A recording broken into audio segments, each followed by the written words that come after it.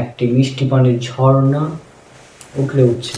সময়, ভর এবং গতিবেগের উপর নির্ভরশীল। ব্ল্যাক হোলের মাধ্যাকর্ষণ শক্তি এবং মহাকর্ষণ শক্তি সবচেয়ে বেশি। 25 নম্বর আয়াত, সেখানে আল্লাহ তাআলা বলছেন, সবকিছু একটি বিন্দুতে পুঞ্জীভূত ছিল, ওয়ান অ্যাটম।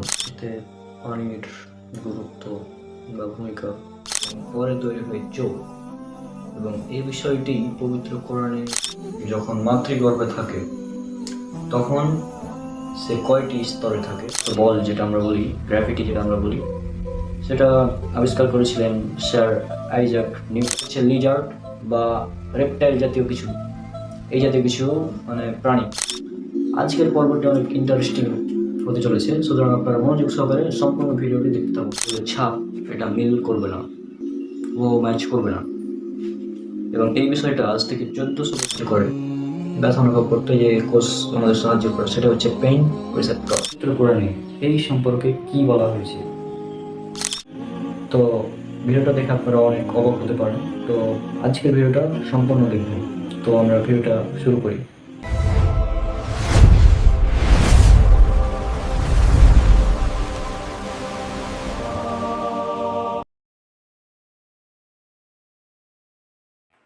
আপনারা যেটা স্ক্রিনে দেখতে পাচ্ছেন, এটা হচ্ছে রোম সাগর এবং আটলান্টিক মহাসাগর রাসায়নিক মিশ্রণ, গুণাবলী এবং মাত্রার দিক থেকে একটি অন্য দিক থেকে সম্পূর্ণ আলাদা। জিব্রাল্টারের দুই সমুদ্র মিলন কেন্দ্রের কাছাকাছি সমুদ্রের তলদেশে গবেষণা চালালেন। এখান থেকে তথ্য পেলেন জিব্রাল্টারের উত্তর তীর আর দক্ষিণ তীর থেকে আশাতীতভাবে একটি মিষ্টি পানির ঝর্ণা উঠছে। এই বড় ঝর্ণাটি উভয় সমুদ্রের মধ্য দিয়ে 45 ডিগ্রি সূক্ষ্ম কোণে দ্রুত গতিতে অগ্রসর হয়ে চিরুনির দাঁতের আকৃতি ধারণ করে, আর এই দাঁতের আকৃতি এর গঠনটি একটি বাঁধের ন্যায় কাজ করে। আর এই ক্রিয়াকলাপের ফলে রোম সাগর ও আটলান্টিক মহাসাগর একটি অপরটির সাথে মিশতে পারে না। আর 1942 সালে শতাধিক ম্যারিন স্টেশন বসিয়ে স্যাটেলাইটের মাধ্যমে পরীক্ষা করেন। পরীক্ষা করার উদ্দেশ্য ছিল ঠিক কোন বিষয়টি এই দুটি স্থলের মিলন কেন্দ্রে বাধা সৃষ্টি হয়ে আছে। তারা সেখানে আলো পরীক্ষা করলেন, বাতাস পরীক্ষা করলেন, মাটি পরীক্ষা করলেন, কিন্তু তবুও তার মধ্যে কোনো প্রকার বাধা বা পর্দা সৃষ্টি করার কারণ খুঁজে পেলেন না। সেখানে পানির একটি হালকা এবং একটি ঘন রং পরিলক্ষিত হয়, এছাড়া আর কিছুই না।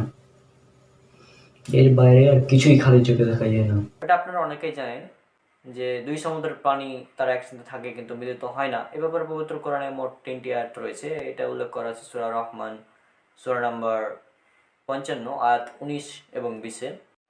তিনি দুই সমুদ্রকে প্রবাহিত করেন যারা পরস্পর মিলিত হয়, উভয়ের মধ্যে রয়েছে এক আড়াল যা তারা অতিক্রম করতে পারে না। এছাড়াও এটা আছে সূরা নামল, সূরা নম্বর 27 আয়াত নম্বর 61-তে। বরং তিনি যিনি জমিনকে আবাসযোগ্য করেছেন এবং তার মধ্যে প্রবাহিত করেছেন নদীনালা, আর তাতে স্থাপন করেছেন সুদৃঢ় পর্বতমালা এবং দুই সমুদ্রের মধ্যখানে অন্তরায় সৃষ্টি করেছেন, আল্লাহর সাথে কি অন্য কোনো ইলাহ আছে? বরং তাদের অধিকাংশই জানে না। এছাড়াও আছে সূরা ফুরকান, সূরা নম্বর 25 আয়াত নম্বর 53-তে। আর তিনি দুটো সাগরকে একসাথে প্রবাহিত করেছেন, একটি সুপেয় সুস্বাদু, অপরটি লবণাক্ত ক্ষার বিশিষ্ট, এবং তিনি এতদুভয়ের মাঝখানে একটি অন্তরায় ও একটি অনতিক্রম্য সীমানা স্থাপন করেছেন। আশা করছি আপনারা এই বিষয়টা দেখতে পেয়েছেন। এখন এই আজ থেকে 1400 বছর আগে কিন্তু এত প্রযুক্তি ছিল না। বর্তমানে আধুনিক প্রযুক্তির মাধ্যমে এই বিষয়টা একদম স্পষ্ট হয়েছে সবার সামনে। সায়েন্টিস্ট, বিজ্ঞানীরা এই বিষয়ে অনেক পরীক্ষা নিরীক্ষা করেছেন যে কেন আসলে কোন জিনিসটা এই দুটি পানি একত্রে মিশতে বাধা দিচ্ছে। তো তারা পরীক্ষা করে দেখেছেন যে একদিককার পানি হালকা নীল আর একদিককার পানি গাঢ় নীল। হ্যাঁ, অর্থাৎ একদিককার পানি মিষ্টি সুপেয়, আবার অপর দিককার পানি লোনা, অর্থাৎ মিষ্টি পানি এবং লোনা পানি একত্রে মিশ্রিত হচ্ছে না। এই বিষয়টা জাস্ট অবাক করার বিষয় বিজ্ঞানীদের নিকট। আর আমি 2020-এ যে ভিডিওটা বানিয়েছিলাম সেখানে আমি বলেছিলাম এখানে বিজ্ঞানী জ্যাক ভি কোস্টা নামে এক বিজ্ঞানী ছিলেন, যিনি এটা আবিষ্কার করেছিলেন সর্বপ্রথম। বিখ্যাত একজন ফরাসি বিজ্ঞানী জ্যাক ভি কোস্টা, তার নাম হয়তো অবশ্যই অনেকে শুনেছেন। তিনি একজন সমুদ্র বিজ্ঞানী। সমুদ্রের ভিতর পানি রিসার্চ বিষয়ে তিনি প্রসিদ্ধ ছিলেন। এবং তারপর তিনি ইসলাম গ্রহণ করেছিলেন। একটা সময় পর তার পরিচয় হলো, জ্যাক ভি কোস্টার সাথে পরিচয় হলো এক মুসলিম বিজ্ঞানীর। তাদের সাথে আলোচনাকালে জ্যাক ভি কোস্টা যখন তার থিওরি উপস্থাপন করলেন, তখন মুসলিম বিজ্ঞানী তাদের বললেন যে আপনি তো এটা এখন গবেষণা করছেন, আপনার এই তথ্যটি এবং আপনার এই গবেষণার ফলাফলটি আমি শত শত বছর আগের পুরনো একটি বইয়ে দেখাতে পারি, সেখানে স্পষ্টভাবে উল্লেখ করা আছে। এবং জ্যাক ভি কোস্টা এটা শোনার পর তো অবাক, তিনি কৌতূহলবশত জানতে চাইলেন। তখন তাকে পবিত্র কোরআনের দুটি আয়াত দেখানো হলো। তখন বুঝতে পারেন যে এটা কে বলতে পারে। এটা সেই বলতে পারে যে এটার স্রষ্টা, অর্থাৎ আমাদের সৃষ্টিকর্তা। তিনি এই দুটো আয়াত দেখেই তার স্রষ্টাকে চিনে যান এবং তিনি তখনই তৎক্ষণাৎ সেখানে ইসলাম গ্রহণ করেন সেই মুসলিম বিজ্ঞানীর কাছে। এই বিষয়টা মানে পরবর্তীতে আমি দেখলাম এই তথ্যটা আর খুঁজে পাওয়া যাচ্ছে না। এখন এখানে দুটো বিষয় হতে পারে, এই ঘটনাটি মিথ্যা, অথবা হতে পারে এই ঘটনাটি সরিয়ে ফেলা হয়েছে ইউটিউব মানে গুগল থেকে। জ্যাক ভি কোস্টার এই তথ্যগুলো গুগল থেকে সরিয়ে ফেলা হয়েছে, অথবা এটা মানে পুরো ঘটনাটা ভুল ছিল।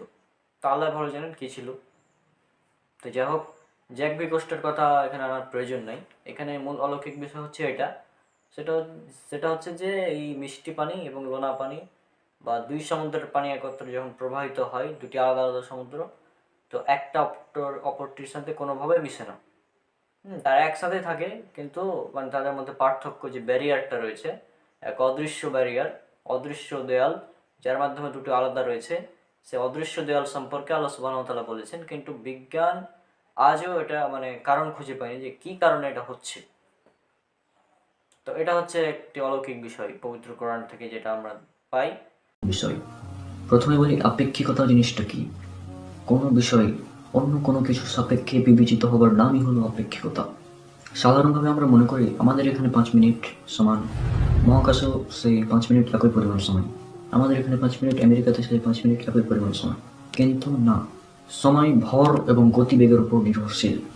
সুতরাং ভর এবং গতির উপর নির্ভর করে এক স্থানের সময় কমে যেতে পারে অথবা বেড়ে যেতে পারে। অর্থাৎ আমাদের এখানে 5 মিনিট, মহাকাশে সেই 5 মিনিট একই পরিমাণ সময় নয়। আমাদের এখানে 10 মিনিট, মহাকাশে সেই পরিমাণ সময় 5 মিনিট হতে পারে। বিংশ শতাব্দীর বিখ্যাত বিজ্ঞানী আলবার্ট আইনস্টাইন 1905 সালে তার বিখ্যাত থিওরি অফ রিলেটিভিটির মাধ্যমে এই বিষয়টি ক্লিয়ার করেন যে সময় একটি আপেক্ষিক ধারণা। বিজ্ঞানী আইনস্টাইন তিনি দেখিয়েছেন যে সময় ভর এবং গতিবেগের উপর নির্ভরশীল এবং তা অভিকর্ষ শক্তির উপর নির্ভরশীল। সুতরাং বর্তমানে এটা প্রমাণিত যে পৃথিবীর সময় এবং মহাকাশের সময় এর ব্যাপারটা একেবারে আলাদা। পৃথিবীর কাছে সময়ের পরিমাণ এবং মহাকাশের সেই সময়ের পরিমাণটা একই নয়। একটি গাণিতিক উদাহরণ দিলে বিষয়টি একদম ক্লিয়ার হয়ে যাবে ইনশাআল্লাহ। এটা হচ্ছে ইন্টার ফিজিক্সের একটা অঙ্ক। এটি আছে পদার্থবিজ্ঞান 3য় পত্রের 8ম অধ্যায়, অর্থাৎ আধুনিক বিজ্ঞানের সূচনা। এই অধ্যায়ের টাইম ডাইলেশন অংশের অঙ্কে আমি অঙ্কটি বলছি এবং আপনারা স্ক্রিনে সেটা ভালোভাবে দেখে নিন। একজন মহাশূন্যচারী 25 বছর বয়সে 2.6 × 10⁸ মিটার পার সেকেন্ড বেগে গতিশীল একটি মহাকাশযানে চড়ে ভ্রমণে বের হলেন। 40 বছর পর তিনি ফিরে এলেন। এখন ওই ব্যক্তির বয়স কত হবে? স্বাভাবিকভাবে আমরা বলতে পারি তিনি পৃথিবী থেকে বের হয়েছেন 25 বছর বয়সে এবং মহাকাশে থেকেছেন 40 বছর। তাহলে বর্তমানে তার বয়স হবে 40 + 25 = 65 বছর। কিন্তু না, টাইম ডাইলেশনের অঙ্কটি করা হয় t = t0/√1 - v²/c² এই সূত্র দ্বারা, যেখানে c হলো আলোর বেগ এবং v ওই ব্যক্তির বেগ। এখন আমরা যখন এই অঙ্কটি করব তখন তার বয়স হবে 45 বছর, অর্থাৎ প্রায় 20 বছর কমে গেল। তাহলে চিন্তা করুন যে পৃথিবীতে যে সময়টা 40 বছর, মহাকাশে সেই সময়টা হলো 20 বছর। এখানে সময়টি নির্ভর করেছে ওই ব্যক্তির গতির উপর। আলোর গতি হলো 3 × 10⁸ মিটার পার সেকেন্ড, অর্থাৎ প্রায় 3 লক্ষ কিলোমিটার পার সেকেন্ড। 3 লক্ষ কিলোমিটার প্রতি সেকেন্ডে, এবং ওই ব্যক্তির বেগ এখানে দেওয়া আছে 2.6 10⁸ মিটার পার সেকেন্ড, অর্থাৎ প্রায় 2,60,000 কিলোমিটার পার সেকেন্ড। এত বেগে যখন কোনো একজন ব্যক্তি যাবে তখন তার বয়সটা বাড়বে না, বরং কমে যাবে। এই আলোর বেগের কাছাকাছি যখন কোনো ব্যক্তি যাবে তখন তার বয়সটা বাড়বে না, বরং কমে যাবে, এবং এই কারণেই তার বয়স হয়ে গেল 45 বছর, অর্থাৎ 20 বছর কমে গেল। তাহলে এখানে দেখুন, এখানে মূল বিষয়টা হচ্ছে যে পৃথিবীতে যে সময়টা 40 বছর, ওই একই পরিমাণ সময় মহাকাশে হয়ে গেল 20 বছর। এটি হলো রিলেটিভিটি অফ টাইম বা টাইম ডাইলেশন বা সময়ের আপেক্ষিকতা। এখন আমি চলে যাব পবিত্র কোরআনের কোন জায়গায় এই বিষয়টি উল্লেখ করা আছে। সময়ের আপেক্ষিকতার এই বিষয়টি পবিত্র কোরআনের কোন জায়গায় উল্লেখ করা আছে সেটা আবার দেখব। আমি এখন চলে যাব পবিত্র কোরআনের সূরা হাজ 22 নম্বর সূরার 47 নম্বর আয়াত। أعوذ بالله من الشيطان الرجيم ويستعجلونك بالعذاب ولن يخلف الله وعده وإن يوما عند ربك كألف سنة مما تعدون। আর তারা তোমাকে আযাব ত্বরান্বিত করতে বলে, অথচ আল্লাহ কখনো তার ওয়াদা খেলাপ করেন না। আর তোমার রবের নিকট নিশ্চয় একদিন তোমাদের গণনায় 1000 বছরের সমান। এখানে আল্লাহ বলছেন আল্লাহর কাছে একদিন সমান তোমাদের গণনায় 1000 বছরের সমান। এরকম আর একটি আয়াত রয়েছে 32 নম্বর সূরা সাজদা এর 5 নম্বর আয়াত। يدبر الأمر من السماء إلى الأرض ثم يعرج إليه في يوم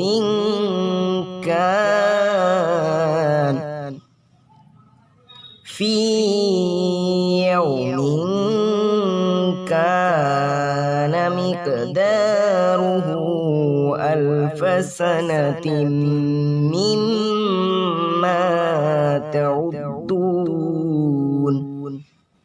তিনি আসমান থেকে জমিন পর্যন্ত সকল কার্য পরিচালনা করেন, তারপর তা একদিন তাঁর কাছে উঠবে, যে দিনের পরিমাণ হবে তোমাদের গণনায় 1000 বছর। এছাড়াও আরেকটি আয়াত রয়েছে, সেটা হচ্ছে সূরা মাআরিজ অর্থাৎ ৭৪ নম্বর সূরার 4 নম্বর আয়াত। تعرج الملائكة والروح إليه في يوم كان مقداره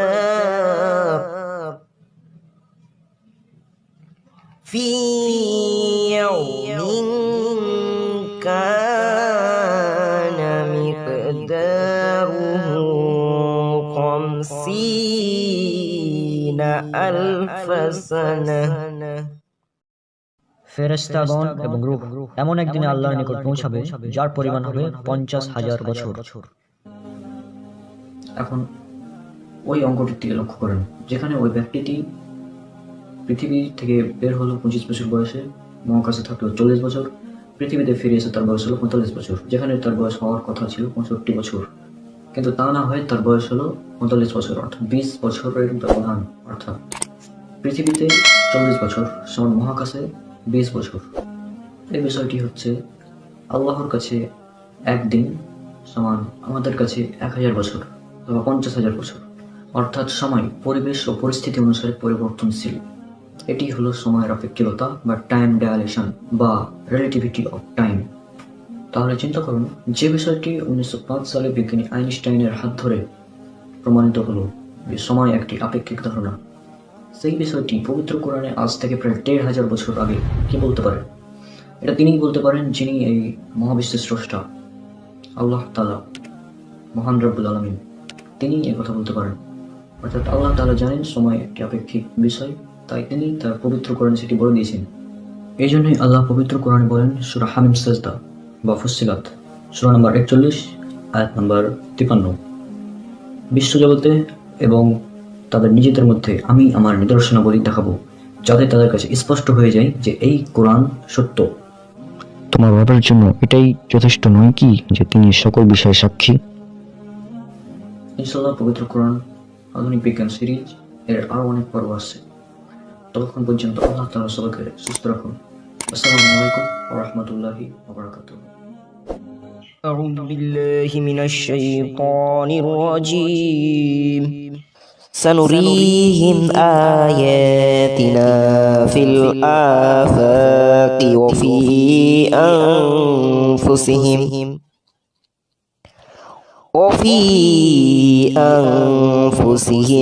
حتى يتبين لهم أنه الحق أولم يكفي بربك أنه على كل شيء شهيد বিশ্বজগতে ও তাদের নিজেদের মধ্যে আমি তাদেরকে আমার নিদর্শনাবলী দেখাবো, যাতে তাদের কাছে সুস্পষ্ট হয় যে এই কোরআন সত্য। তোমার রবের জন্য এটাই যথেষ্ট নয় কি যে তিনি সকল বিষয়ে সাক্ষী? পবিত্র কোরআন কি ব্ল্যাক হোল সম্পর্কে আমাদের কোনো তথ্য দিয়েছে? প্রথমে বলি ব্ল্যাক হোল সম্পর্কে বিজ্ঞান কি বলে, এরপর আসছি পবিত্র কোরআন আমাদের ব্ল্যাক হোল সম্পর্কে কি তথ্য দিয়েছে। ব্ল্যাক হোল শব্দটি 1969 সালে জন হুইলার নামক একজন আমেরিকান বিজ্ঞানী সর্বপ্রথম আবিষ্কার করেন। ব্ল্যাক হোল কিন্তু সত্যিকার অর্থে একটি গভীর গহ্বর আমাদের এই মহাশূন্যে। এই ব্ল্যাক হোল মহাবিশ্বের অস্তিত্ব ও প্রকৃতি বিষয়ক একটি বহুল প্রচলিত ধারণা। অষ্টাদশ শতাব্দীতে প্রথম তৎকালীন মহাকর্ষের ধারণার ভিত্তিতে কৃষ্ণ বিবরের অস্তিত্বের বিষয়টি উদ্ভাবিত হয়। এই ধারণা অনুযায়ী ব্ল্যাক হোল বা কৃষ্ণ গহ্বর মহাবিশ্বের এমন একটি বস্তু যা এত ঘন সন্নিবিষ্ট বা অতি ক্ষুদ্র আয়তনে, এর ভর এত বেশি যে এর মহাকর্ষীয় শক্তি কোনো কিছুকেই নিজের ভেতর থেকে বের হতে দেয় না, এমনকি তড়িৎ চৌম্বকীয় বিকিরণ অর্থাৎ আলোকেও বের হতে দেয় না। প্রকৃতপক্ষে এই স্থানে সাধারণ মহাকর্ষীয় বলের মান এত বেশি হয় যে এটি মহাবিশ্বের অন্য সকল বলকে অতিক্রম করে ফেলে, ফলে এর ভেতর থেকে কোনো কিছুই পালাতে পারে না, এমনকি আলো পর্যন্ত এর ভেতর থেকে বের হতে পারে না। সাধারণ ভাষায় প্রচন্ড মহাকর্ষের ফলে একটি তারকা বা তারা চুপসে গিয়ে, অর্থাৎ একটি তারার মৃত্যু ঘটলে এই ব্ল্যাক হোল বা কৃষ্ণ গহ্বর এর সৃষ্টি হয়। আমাদের এই বিশ্ব ব্রহ্মাণ্ডে বা এই মহাবিশ্বে ব্ল্যাক হোলের মাধ্যাকর্ষণ শক্তি এবং মহাকর্ষ শক্তি সবচেয়ে বেশি। এখন এখানে তারার মৃত্যু বলতে একটি তারা যখন ধ্বংস হয়ে যায়, অর্থাৎ আমরা জানি মহাবিশ্বে সবকিছুরই একটা সৃষ্টি এবং ধ্বংস আছে, তো এই তারা যখন ধ্বংস হয়ে যায় তখন এই ব্ল্যাক হোলের সৃষ্টি হয়। তারার ধ্বংস হয়ে যাওয়ার কারণেই এই ব্ল্যাক হোলটির সৃষ্টি হয়। সাধারণ কথায় তারার মৃত্যু ঘটলে ব্ল্যাক হোলের সৃষ্টি হয়। আমাদের মহাবিশ্বে ব্ল্যাক হোলের শক্তি, মহাকর্ষীয় শক্তি এবং মাধ্যাকর্ষণ শক্তি সবচেয়ে বেশি। সুতরাং এই কারণেই এই ব্ল্যাক হোল এর আশেপাশে থাকা নক্ষত্র, গ্রহ সবকিছু নিজের ভেতর টেনে নেয়, আর এর ভেতর থেকে কোনো কিছু বের হতে পারে না, এমনকি আলো পর্যন্ত এর ভেতর থেকে বের হতে পারে না, যেখানে আলোর বেগ হচ্ছে 3 × 10⁸ বা 3 লক্ষ কিলোমিটার প্রতি সেকেন্ডে। এত প্রচন্ড বেগে যাওয়ার পরেও আলো এই ব্ল্যাক হোলের ভেতর থেকে বের হতে পারে না। তাহলে চিন্তা করেন ব্ল্যাক হোলটি কতটা শক্তিশালী। আর এত শক্তিশালী হওয়ার ফলেই এই ব্ল্যাক হোল তার নিজের ভেতরে বড় বড় তারা, সূর্যের থেকে হাজার হাজার গুণ বড় তারাকে নিজের ভেতর টেনে নেয়, যার ফলে তারাটি ধ্বংস হয়ে যায় বা তারাটি বিলীন হয়ে যায়। এক কথায় বলা যায় ব্ল্যাক হোলের কাছে যদি কোনো তারা যায় বা তারার আশেপাশে যদি কোনো ব্ল্যাক হোল থাকে, তাহলে সেই ব্ল্যাক হোল সেই তারাটিকে নিজের ভেতর টেনে নেয়, যার ফলে তারাটি বিলীন হয়ে যায় বা হারিয়ে যায়। এক কথায় বলা যায় এই ব্ল্যাক হোল হলো নক্ষত্র পতন স্থান, অর্থাৎ নক্ষত্রগুলো ওই ব্ল্যাক হোলের মধ্যে পড়ে যায়, ফলে এগুলো হারিয়ে যায়। এবার আসি পবিত্র কোরআন আমাদের ব্ল্যাক হোল সম্পর্কে কি বলে। আমি এবার চলে যাব পবিত্র কোরআনের সূরা ওয়াকিয়া অর্থাৎ 56 নম্বর সূরার 75 এবং 76 নম্বর আয়াতে। أعوذ بالله من الشيطان الرجيم فلا أقسم بمواقع النجوم وإنه لقسم لو تعلمون عظيم আর আমি তারকাদের পতনস্থল সমূহের শপথ করছি, নিশ্চয় এটা এক মহাশপথ যদি তোমরা জানতে। এই আয়াত দুটিতে আল্লাহ তাআলা বলছেন, আমি শপথ করছি নক্ষত্রদের পতন স্থান সমূহের, আর নিশ্চয় এটি একটি মহাশপথ যদি তোমরা জানতে। এবার চিন্তা করুন আল্লাহ তাআলা এখানে কোন স্থানের কথা বলছেন, নক্ষত্র সমূহ কোন জায়গায় পতিত হয়, আর নিজেই চিন্তা করুন এটা অবশ্যই ব্ল্যাক হোল। আল্লাহ এখানে ব্ল্যাক হোলকেই নির্দেশ করে বলছেন যে আমি শপথ করছি যে স্থানে নক্ষত্রের, অর্থাৎ নক্ষত্র যে স্থানে পতন হয়, নক্ষত্র যে স্থানে গিয়ে পড়ে, সেই স্থানে শপথ করে আল্লাহ বলছেন পবিত্র কোরআনে। এছাড়াও আরো একটি আয়াত রয়েছে, এটি আছে সূরা তাকবীর অর্থাৎ 81 নম্বর সূরার 15 এবং 16 নম্বর আয়াত। فلا أقسم بالخناس الجوار الكناس আমি প্রত্যাবর্তনকারী তারকাপুঞ্জের শপথ করছি, যা চলমান এবং অদৃশ্য। এই আয়াতে আল্লাহ তাআলা বলছেন আমি শপথ করছি প্রত্যাবর্তনকারী নক্ষত্র সমূহের, যা চলমান এবং অদৃশ্য। তাহলে এবার চিন্তা করুন, আজ থেকে প্রায় 1450 বছর আগে ব্ল্যাক হোল সম্পর্কে এত নিখুঁত তথ্য কে দিতে পারে এই পবিত্র কোরআনে? নিশ্চয় তিনি আল্লাহ। এটা তিনিই দিতে পারেন যিনি এই মহাবিশ্বের স্রষ্টা, যিনি এই ব্ল্যাক হোলের স্রষ্টা, যিনি আমার আপনার সবারই স্রষ্টা, আল্লাহ তাআলা। তিনি এগুলো বলে দিয়েছেন তার পবিত্র কোরআনে, যাতে আমরা সঠিক পথে চলতে পারি। এই জন্য আল্লাহ তাআলা মানুষকে উদ্দেশ্য করে বলেন, এটা আছে সূরা মুহাম্মদ সূরা নম্বর 47 আয়াত নম্বর 24-এ। আল্লাহ তাআলা বলেন, আর তারা কি এই কোরআন নিয়ে অনেক চিন্তা ভাবনা এবং গবেষণা করে না, নাকি তাদের অন্তর তালাবদ্ধ? অর্থাৎ আল্লাহ তাআলা এখানে মানুষকে উদ্দেশ্য করে বলছেন যে তারা কি এখানে কোরআন নিয়ে গবেষণা করে না? যদি তারা কোরআন নিয়ে গবেষণা করতো তাহলে অবশ্যই তারা অনেক কিছু জানতে পারতো এবং চিনতে পারতো নিজের স্রষ্টাকে। তো আশা করি আজকের ভিডিওটি আপনারা বুঝতে পেরেছেন। এখানে ব্ল্যাক হোল সম্পর্কে বলা হচ্ছে পবিত্র কোরআনের এই দুটি আয়াতে, এবং ইনশাআল্লাহ পবিত্র কোরআন আধুনিক বিজ্ঞান সিরিজ এর আরো অনেকগুলো পর্ব আসছে ভবিষ্যতে। তো আল্লাহ সবাইকে সুস্থ রাখুন। আসসালামু আলাইকুম ওয়া রাহমাতুল্লাহি ওয়া বারাকাতুহু। أعوذ بالله من الشيطان الرجيم أفلا يتدبرون القرآن أم على قلوب أقفالها তবে কি তারা কোরআন নিয়ে গভীর চিন্তা ভাবনা করে না, নাকি তাদের অন্তরসমূহে তালা রয়েছে?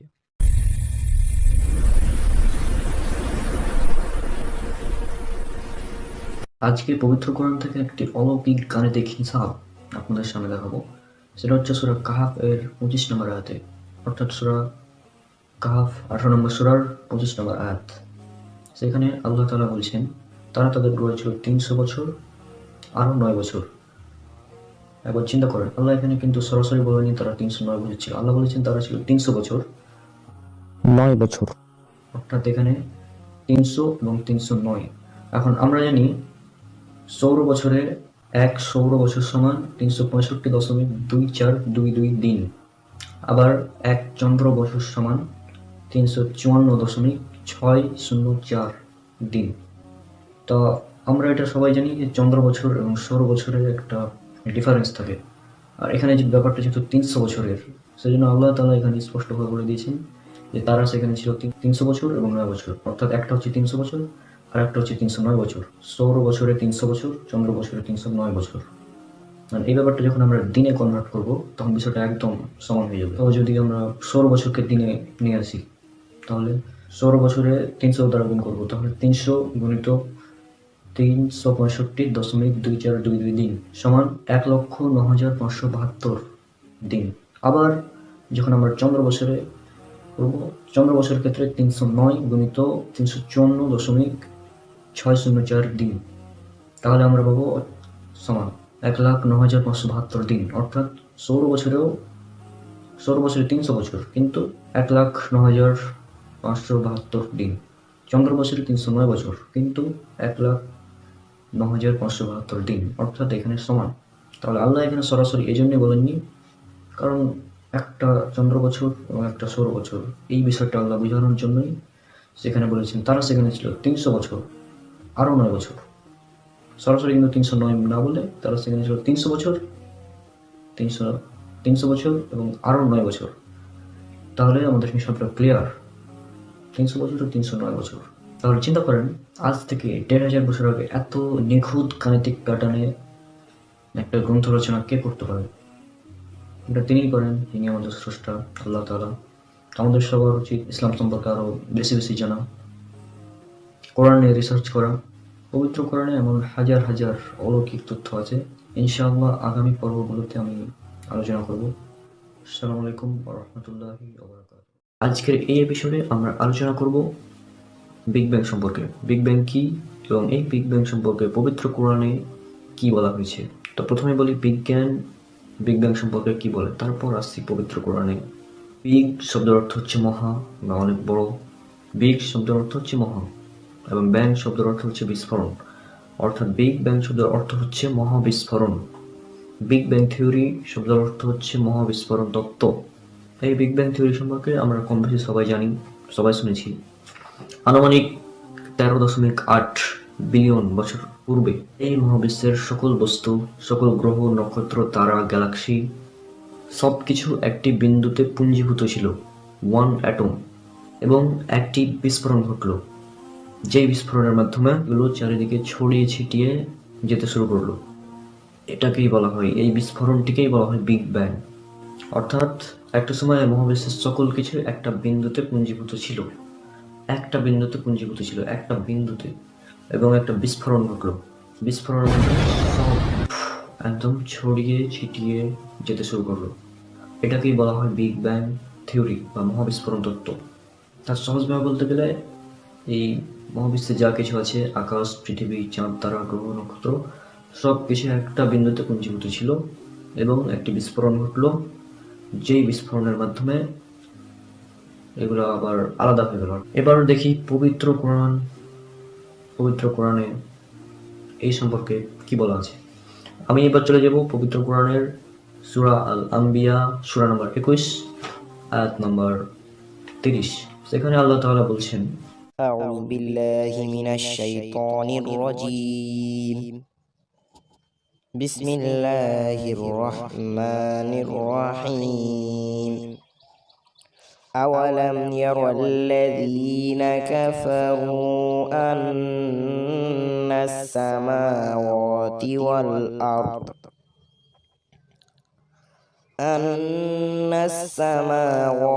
والأرض كانتا رتقا ففتقناهما وجعلنا من الماء كل شيء حي أفلا يؤمنون অবিশ্বাসীরা কি ভেবে দেখে না যে আকাশ ও পৃথিবী ওতপ্রোতভাবে মিশেছিল, অতঃপর আমি উভয়কে পৃথক করে দিলাম এবং প্রাণবন্ত সমস্ত কিছু সৃষ্টি করলাম পানি থেকে। এরপরেও কি তার ঈমান আনবে না? এখানে প্রথম অংশ দেখুন, আল্লাহ তাআলা বলছেন এখানে আকাশ ও পৃথিবী, অর্থাৎ আকাশ ও পৃথিবী বলতে এখানে সমস্ত কিছুকে বোঝানো হয়েছে মহাবিশ্বের।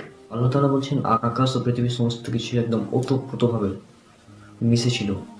ওতপ্রোতভাবে মিশেছিল অর্থাৎ সাথে ছিল তারা। বিজ্ঞানের ভাষায় যেটাকে বলা হচ্ছে ওয়ান অ্যাটম বা একটি বিন্দুর মধ্যে পুঞ্জীভূত ছিল, সে কথাটা আল্লাহ এখানে বলছেন ওতপ্রোতভাবে মিশেছিল। এরপর আল্লাহ তাআলা বলছেন আমি উভয়কে পৃথক করে দিলাম, অর্থাৎ আল্লাহ সুবহানাহু ওয়া তাআলা এই যে ওতপ্রোতভাবে এরা মিশেছিল এদেরকে পৃথক করে দিলেন। এই পৃথক করে দেওয়া, যেটাকে বিজ্ঞান আজ বলছে বিগ ব্যাং অর্থাৎ মহাবিস্ফোরণ, যে বিস্ফোরণের মাধ্যমে এই সব কিছু আলাদা হয়েছে, গ্যালাক্সি একে অপরের থেকে আলাদা হয়েছে। এবং আয়াতের শেষের অংশে আল্লাহ তাআলা বলছেন প্রাণবন্ত সমস্ত কিছু সৃষ্টি করলাম পানি থেকে। এটা এর পরের এপিসোড, জীবন সৃষ্টিতে পানির ভূমিকা, পবিত্র কোরআন আধুনিক বিজ্ঞান পর্ব 6, সেখানে দেখতে পাবেন ইনশাআল্লাহ। সেখানে এই আয়াতের ব্যাখ্যা এবং বিজ্ঞানের যে ব্যাখ্যা রয়েছে সেটা হুবহু সেম। আগামী পর্বে আপনারা সেটা দেখতে পাবেন ইনশাআল্লাহ। তো আজকে যেটা বিষয় ছিল বিগ ব্যাং, অর্থাৎ এই আয়াতের প্রথম অংশ, আকাশ ও পৃথিবী একত্রে মিশে ছিল, অতঃপর আল্লাহ সুবহানাহু ওয়া তাআলা ওকে পৃথক করে দিলেন। অর্থাৎ আজ থেকে 13.8 বিলিয়ন বছর মহাবিশ্বের সমস্ত কিছু একত্রে মিশে ছিল, অতঃপর একটা মহাবিস্ফোরণের মাধ্যমে সেগুলো পৃথক হয়ে যায়। তাহলে আপনারা বুঝতেই পারছেন যে এখানে সূরা আম্বিয়া 21 নম্বর সূরা 30 নম্বর আয়াতে আল্লাহ তাআলা বলছেন বিগ ব্যাং সম্পর্কে। এই বিগ ব্যাং সম্পর্কে এখানে বলা হচ্ছে, স্পষ্ট আপনারা সেটা দেখতে পাচ্ছেন। আর এখানে আল্লাহ তাআলা স্পেশালি অবিশ্বাসী অর্থাৎ যারা মুসলমান নয়, যারা আল্লাহর প্রতি ঈমান আনেনি এখনো, তাদেরকে উদ্দেশ্য করে বলছেন যে অবিশ্বাসীরা কি ভেবে দেখে না যে আকাশ ও পৃথিবী ওতপ্রোতভাবে মিশেছিল, অতঃপর আল্লাহ সুবহানাহু ওয়া তাআলা উভয়কে পৃথক করে দিলেন এবং প্রাণবন্ত সমস্ত কিছু সৃষ্টি করলেন পানি থেকে। এর পরেও কি তারা ঈমান আনবে না? অর্থাৎ অবিশ্বাসীদেরকে বলা হচ্ছে এর পরেও, এটা জানার পরেও কি তারা ঈমান আনবে না? এত বড় একটা সত্য। বিগ ব্যাং থিওরি আজ সারা বিজ্ঞান মহলের স্বীকৃত একটি বিষয়, সবাই এই থিওরিকে মেনে নিয়েছে একদম। পরেও এই জন্য আল্লাহ তাআলা বলছেন, এটা জানার পরেও যে আল্লাহ তাআলা এত বড় একটা সত্য জানিয়ে দিলেন, তারপরেও কি তারা ঈমান আনবে না? এখন চিন্তা করুন, এই বিগ ব্যাং থিওরি আবিষ্কার হয়েছে কত বছর আগে? হয়তো 100 বছর, 200 বছর, বা যাই হোক এরকম। আমরা তো জানি স্টিফেন হকিং বিজ্ঞানের মাধ্যমে এই থিওরির সূচনাটা হয়, এবং 1973 সালে এক বিজ্ঞানী এটার জন্য নোবেল পুরস্কারও পান এই থিওরির জন্য। তাহলে যেই সত্যটা আমরা আধুনিক প্রযুক্তির সাহায্যে জানতে পারলাম কিছুদিন আগে, সেই তথ্যটা পবিত্র কোরআন আজ থেকে প্রায় 1,500 বছর পূর্বে, প্রায় 1450 বছর আগে পবিত্র কোরআনে কে বলতে পারে? এটা তিনিই বলতে পারেন যিনি এই মহাবিশ্বের স্রষ্টা, যিনি এই বিগ ব্যাং এর বিস্ফোরণটা ঘটিয়েছেন। তিনিই জানেন, যেহেতু তিনি জানেন সেহেতু তিনি তার গ্রন্থ পবিত্র কোরআনে সেটি লিখে দিয়েছেন যাতে মানুষ হেদায়েত পায়। ডক্টর মিলার তিনি বলেছিলেন, যারা বলে পবিত্র কোরআন মুহাম্মদ সাল্লাল্লাহু আলাইহি ওয়াসাল্লাম এর নিজ হাতে রচনা করা বই, তাদের জন্য এই একটি আয়াতই যথেষ্ট। তাদের দাবি যে মিথ্যা, এটা প্রমাণ করার জন্য এই একটি আয়াতই যথেষ্ট। কারণ বিগ ব্যাং থিওরির মতন এত বড় একটা সত্য মুহাম্মদ সাল্লাল্লাহু আলাইহি ওয়াসাল্লামের পক্ষে বলা কখনোই সম্ভব নয়। তিনি এই জন্য বলেছেন কারণ আল্লাহ সুবহানাহু ওয়া তাআলা তাকে নির্দেশ দিয়েছেন, অর্থাৎ পবিত্র কোরআন তার কথা নয়। পবিত্র কোরআন মুহাম্মদ সাল্লাল্লাহু আলাইহি ওয়াসাল্লামের লেখা কোনো বই নয়। পবিত্র কোরআন হচ্ছে মহান আল্লাহ তাআলার পাঠানো কিতাব। এই একটি আয়াতই যথেষ্ট তাদের মুখে আঙ্গুল দিয়ে প্রমাণ করে দেওয়ার জন্য যে এই পবিত্র কোরআন একমাত্র আল্লাহ সুবহানাহু ওয়া তাআলার কাছ থেকে এসেছে। তাহলে আজকের এপিসোডের মাধ্যমে আমরা জানতে পারলাম বিগ ব্যাং থিওরির মতন এত বড় একটা থিওরি পবিত্র কোরআনে আল্লাহ তাআলা আগেই বলে দিয়েছেন। এছাড়াও বিজ্ঞানের হাজারো নিদর্শন রয়েছে পবিত্র কোরআনে। আমরা মুসলিমরা কোরআনকে বিজ্ঞান দিয়ে যাচাই করি না, বরং আমরা বিজ্ঞানকে যাচাই করি পবিত্র কোরআন দিয়ে। পবিত্র কোরআনের সাথে যেটা মিলে আমরা সেটা বিজ্ঞানের সেই বিষয়টা মানি, যেটা মিলে না সেটা আমরা মানি না। কারণ আমরা বিশ্বাস করি আল্লাহ সুবহানাহু ওয়া তাআলা এটা পাঠিয়েছেন এই গ্রন্থ, আর এই গ্রন্থে কোনো ভুল নাই, কোনো ভুল নাই এই গ্রন্থে। পবিত্র কোরআন নির্ভুল একটা গ্রন্থ, যেটা আল্লাহ তাআলা বলেছেন পবিত্র কোরআনের 2 নম্বর সূরার 2 নম্বর আয়াত, অর্থাৎ সূরা বাকারার 2য় আয়াতে বলেছেন এই ذلك الكتاب لا ريب فيه هدى للمتقين এই কিতাবের মধ্যে কোনো প্রকার ভুল নেই, কোনো প্রকার সন্দেহ নেই, এবং আল্লাহ তাআলা পবিত্র কোরআনের সব কিছু বলে দিয়েছেন আগে থেকেই যাতে মানুষ হেদায়েত পায়। সেজন্য এর আগের এপিসোডে আমি বলেছিলাম আয়াতের শেষের অংশে আল্লাহ তাআলা বলছেন প্রাণবন্ত সমস্ত কিছু সৃষ্টি করলাম পানি থেকে। এটা এর পরের এপিসোড, জীবন সৃষ্টিতে পানির ভূমিকা। পবিত্র কোরআন আধুনিক বিজ্ঞান পর্ব 6, সেখানে দেখতে হবে ইনশাআল্লাহ। সেখানে এই আয়াতের ব্যাখ্যা এবং বিজ্ঞানের যে ব্যাখ্যা রয়েছে সেটা হুবহু সেম। আগামী পর্বে আপনারা সেটা দেখতে পাবেন ইনশাআল্লাহ। জীবন সৃষ্টিতে পানির গুরুত্ব বা ভূমিকা, বা জীবনের জন্য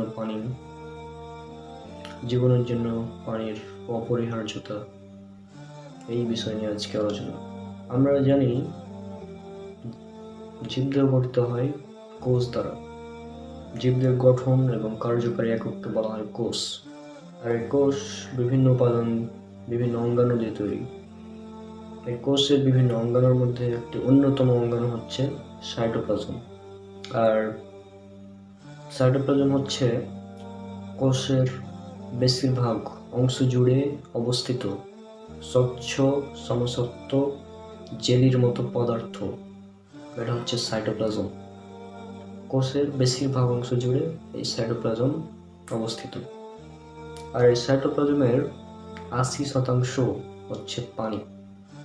সাইটোপ্লাজমে বিভিন্ন পদার্থ রয়েছে, তার মধ্যে 80% হচ্ছে পানি, 80%। 1862 সালে বিজ্ঞানী রুডলফ ভন কলিকর সর্বপ্রথম এই সাইটোপ্লাজম শব্দটি ব্যবহার করেন। আর যদি আমরা আমাদের মানুষের দিকে দেখি, পরিণত অবস্থায় মানব দেহে কোষের সংখ্যা হচ্ছে 37.2 ট্রিলিয়ন। ট্রিলিয়ন, চিন্তা করতে পারেন, 37.2 ট্রিলিয়ন একটা মানুষের কোষের সংখ্যা, অর্থাৎ 37.2 ট্রিলিয়ন কোষ দ্বারা একটি মানুষ তৈরি হয়। প্রতিটি কোষেই রয়েছে সাইটোপ্লাজম, আর সাইটোপ্লাজমের 80% হচ্ছে পানি। এছাড়া আমরা ছোটবেলা থেকে শুনে আসি পানির অপর নাম জীবন, ইত্যাদি বিভিন্ন কথা। মূলত আজকের আধুনিক বিজ্ঞান আমাদের বলছে পানি ছাড়া জীবন কল্পনা করা অসম্ভব, অর্থাৎ যেখানে পানি নাই সেখানে জীবন থাকার সম্ভাবনাও নাই, এটা আজকের বিজ্ঞান আমাদের বলছে। আর গত পর্বে যেটা বলেছিলাম, আল্লাহ তাআলার পবিত্র কোরআনের সেই আয়াত, সূরা আম্বিয়া 21 নম্বর সূরা আয়াত নম্বর 30, সেখানে আল্লাহ তাআলা বলেছেন, অবিশ্বাসীরা কি ভেবে দেখে না আকাশমণ্ডলী এবং পৃথিবী ওতপ্রোতভাবে মিশেছিল, অথবা আমি উভয়কে পৃথক করে দিলাম এবং প্রাণবন্ত সমস্ত কিছু সৃষ্টি করলাম পানি থেকে, এরপরেও কি তারা ঈমান আনবে না?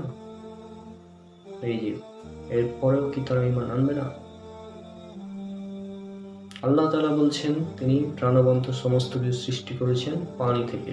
আজকের বিজ্ঞান আমাদের বলছে পানি ছাড়া জীবন অসম্ভব, হতেই পারে না। তাহলে এর পরেও কি বলবেন পবিত্র কোরআন আল্লাহ তাআলার বাণী নয়, বিগ ব্যাং থিওরির মতো প্রতিষ্ঠিত একটি থিওরি, সেটাও পবিত্র কোরআনে আল্লাহ আগে থেকেই বলে দিয়েছেন। এখানে একটা বিষয় লক্ষণীয়, অনেকে হয়তো মনে করছে যে আমরা হয়তো কোরআনকে বিজ্ঞান দ্বারা টেস্ট করছি না, আমরা নাস্তিক এবং অমুসলিমদের কাছে তুলে ধরছি যে দেখো তোমরা যে বিজ্ঞানকে বলছো সত্য, সেই বিজ্ঞানের মূল মন্ত্র হলো পবিত্র কোরআন। পবিত্র কোরআনই হচ্ছে বিজ্ঞানের, বর্তমান আধুনিক বিজ্ঞানের মূল মন্ত্র।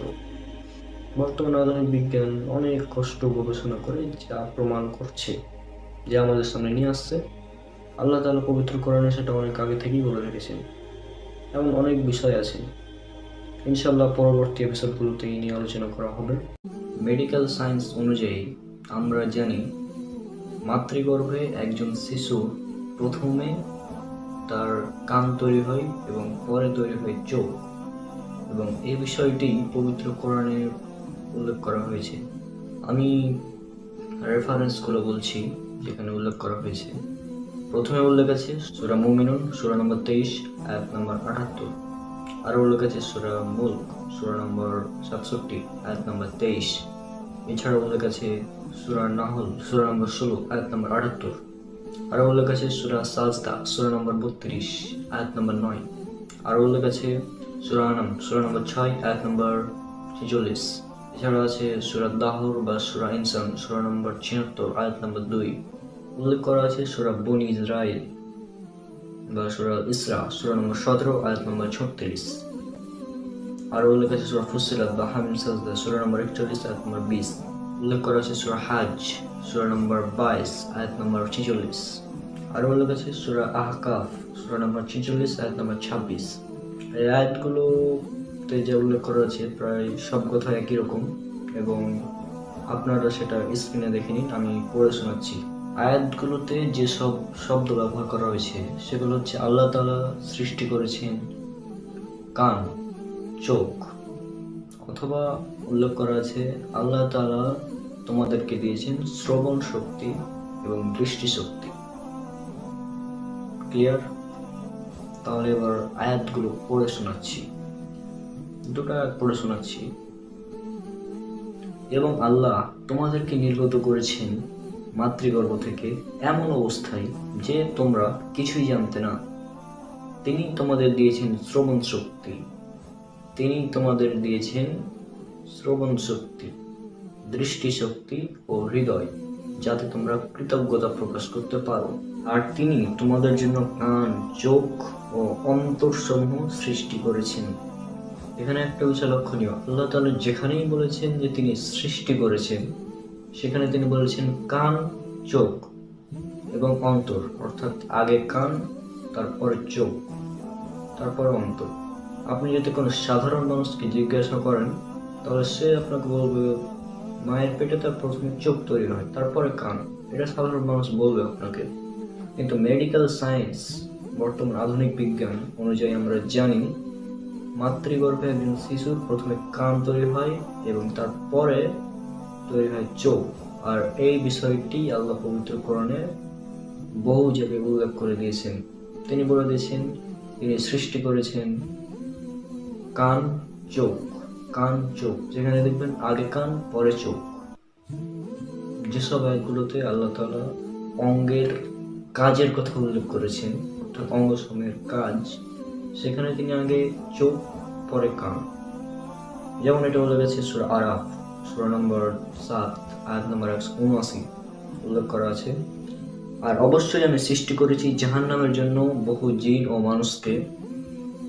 তাদের রয়েছে অন্তর, তা দ্বারা তা বুঝে না, তাদের রয়েছে চোখ, তা দ্বারা তারা দেখে না, এবং তাদের রয়েছে কান, তা দ্বারা তারা শুনে না। তারা চতুষ্পদ জন্তুর মতো, বরং তারা অধিক পথভ্রষ্ট, তারাই হচ্ছে গাফেল। এই আয়াতে আল্লাহ তাআলা অঙ্গের কাজের কথা বলছেন, এই অঙ্গগুলোর কাজ। আর যেখানে আল্লাহ তাআলা বলছেন অঙ্গ সৃষ্টি, সেখানে আল্লাহ আগে বলেছেন কান, তারপরে চোখ। একটা বিষয় ক্লিয়ার, আল্লাহ তাআলা যেখানে বলেছেন অঙ্গের সৃষ্টির কথা, সেখানে বলেছেন কান, চোখ, শ্রবণ শক্তি, দৃষ্টিশক্তি। এবং যেখানে বলেছেন অঙ্গের কাজ, সেখানে তিনি আগে বলেছেন তাদের আছে চোখ, তারপরে কান। অঙ্গের কাজের কথা যদি আসে, তাহলে আমরা জানি চোখের কাজ কি। চোখের কাজ হচ্ছে দেখা এবং কানের কাজ হচ্ছে শোনা। আমরা জানি আলোর বেগ হচ্ছে 3 লক্ষ কিলোমিটার পার সেকেন্ড এবং শব্দের বেগ তুলনামূলকভাবে কম, বিভিন্ন মাধ্যমে বিভিন্ন রকম। তো বিষয়টি হচ্ছে যে শব্দের বেগের তুলনায় আলোর বেগ বেশি, সুতরাং আপনি কোনো শব্দ শোনার চেয়ে আগে দেখতে পাবেন, অর্থাৎ চোখের কাজটা হচ্ছে আগে। সেই জন্য আল্লাহ তাআলা এখানে বলছেন আগে চোখের কথা। যেখানে আল্লাহ তাআলা অঙ্গের কাজের কথা বলছেন, সেখানে বলছেন আগে চোখ। আর যেখানে আল্লাহ তাআলা বলছেন অঙ্গ সৃষ্টির কথা, আল্লাহ তাআলা যেখানে বলছেন আমি সৃষ্টি করেছি, সেখানে বলছেন আগে কান, তারপরে চোখ। তাহলে চিন্তা করুন, আজ থেকে 1500 বছর আগে কেউ কি এটা জানতো যে আলোর বেগ শব্দের বেগের তুলনায় বেশি, অর্থাৎ আগে দেখা যায় তারপর শোনা যায়? কেউ কি জানতো এটা যে মাতৃগর্ভে আগে তৈরি হয় কান, তারপর চোখ? এটা আজ থেকে 1500 বছর আগে কেউ জানতো না। পবিত্র কোরআন আল্লাহ সুবহানাহু ওয়া তাআলার বাণী, এই জন্যই এটা সম্ভব হয়েছে। আল্লাহ তাআলা তার পবিত্র গ্রন্থে মানুষকে জানানোর উদ্দেশ্যে বলে দিয়েছেন। এবং আল্লাহ তাআলা বলেছেন নিশ্চয় বিশ্বাসীদের জন্য নিদর্শন রয়েছে পৃথিবীতে এবং তোমাদের নিজেদের মধ্যে। এটা উল্লেখ করে সূরা জারিয়াত 51 নম্বর সূরার 20 এবং 21 নম্বর আয়াতে। পবিত্র কোরআনে এমন আরো অনেক অলৌকিক বিষয় উল্লেখ করা আছে। ইনশাআল্লাহ আগামী পর্বগুলোতে সেগুলো নিয়ে হাজির হব। আধুনিক বিজ্ঞানের একটি অত্যন্ত চমৎকার বিষয় নিয়ে আলোচনা করব। সেটা হচ্ছে একটি শিশু যখন মাতৃগর্ভে থাকে তখন সে কয়টি স্তরে থাকে, অর্থাৎ এটি ভ্রূণতত্ত্ব বিজ্ঞানের একটি বিষয়। সেটা হচ্ছে একটি শিশু যখন তার মাতৃগর্ভে থাকে তখন সে কয়টি স্তরে থাকে। এ সম্পর্কে আমরা আগে জানব আমাদের আধুনিক বিজ্ঞান কি বলে। বর্তমান আধুনিক বিজ্ঞান আমাদের বলছে একটি শিশু যখন মাতৃগর্ভে থাকে তখন সে 3টি স্তরে থাকে।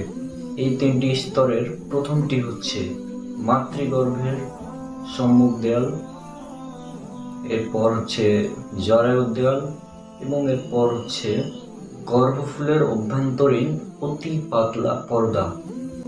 এই 3টি স্তরের মধ্যেই একটি শিশু থাকে এবং শিশুটি এখানে অবস্থান করে প্রসবের আগ পর্যন্ত।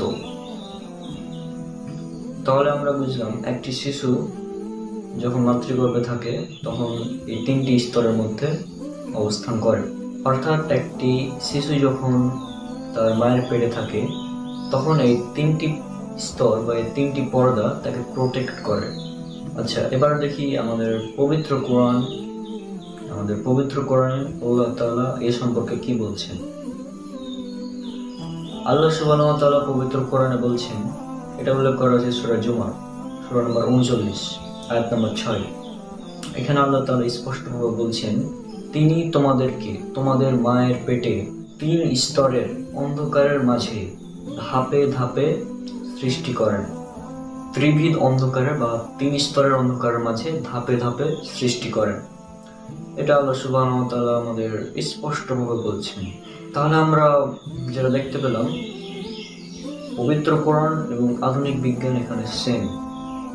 অর্থাৎ আল্লাহ সুবহানাহু ওয়া তাআলা যে বিষয়টা আজ থেকে 1400 থেকে 1500 বছর আগে বলে দিয়েছেন, সেই বিষয়টা আধুনিক এমব্রায়োলজি বা ভ্রূণতত্ত্ববিদ্যা আজকে আমাদের জানাচ্ছে যে একটি শিশু যখন মায়ের পেটে থাকে তখন এই 3টি স্তরে সে থাকে। এখন এরপরে যদি কেউ বলে পবিত্র কোরআন আল্লাহ সুবহানাহু ওয়া তাআলার বাণী নয়, এটা মুহাম্মদ সাল্লাল্লাহু আলাইহি সাল্লাম নিজে বানিয়ে লিখেছেন, তাহলে এটা হাস্যকর ছাড়া কিছুই হবে না। কারণ দেখুন, এই এমন একটি বিষয় যে সময়ে কোনো মানুষের পক্ষে জানা সম্ভব ছিল না। আজকে আধুনিক বিজ্ঞান আমাদের এটা জানাচ্ছে, সেজন্য আমরা জানতে পারছি। আর এই সম্পর্কে পবিত্র কোরআনে আল্লাহ সুবহানাহু ওয়া তাআলা আগেই বলে দিয়েছেন, দিস ইজ মিরাকেল। ভিডিওটি যদি ভালো লেগে থাকে তাহলে অবশ্যই একটি লাইক দিবেন এবং শেয়ার করবেন আপনাদের বন্ধুদের সাথে এবং চ্যানেলকে সাবস্ক্রাইব করে সাথে থাকবেন। আর আমার সবগুলো ভিডিও কপিরাইট ফ্রি, আপনারা চাইলে নিজেদের চ্যানেলে আপলোড করতে পারেন, কোনো নাস্তিক মুসলিমদেরকে দিতে পারেন যাতে তারা এই বিষয়টা জানতে পারে যে ইসলামই একমাত্র সত্য ধর্ম। পবিত্র কোরআনই হলো আল্লাহ সুবহানাহু ওয়া তাআলার বাণী, বর্তমানে একদম নির্ভুল একটি কিতাব। এটি আল্লাহ সুবহানাহু ওয়া তাআলার পক্ষ থেকে এসেছে। এটা যদি সে নাস্তিক বা মুসলিম বুঝতে পারে এবং আল্লাহ যদি তাকে হেদায়েত দেয়, ইনশাআল্লাহ তারা ইসলাম গ্রহণ করবে। আজকের ভিডিও পর্যন্তই, দেখা হচ্ছে ইনশাআল্লাহ পরের কোনো এপিসোডে। আর পবিত্র কোরআনে আধুনিক বিজ্ঞান সিরিজের আর অনেকগুলো পর্ব আসছে, আপনার চ্যানেলকে সাবস্ক্রাইব করে রাখুন। ইনশাআল্লাহ পরবর্তীতে ভিডিও আসলে দেখতে পাবেন। আজকে আলোচনা করব গ্র্যাভিটি বা মহাকর্ষ বল বা অভিকর্ষ শক্তি সম্পর্কে।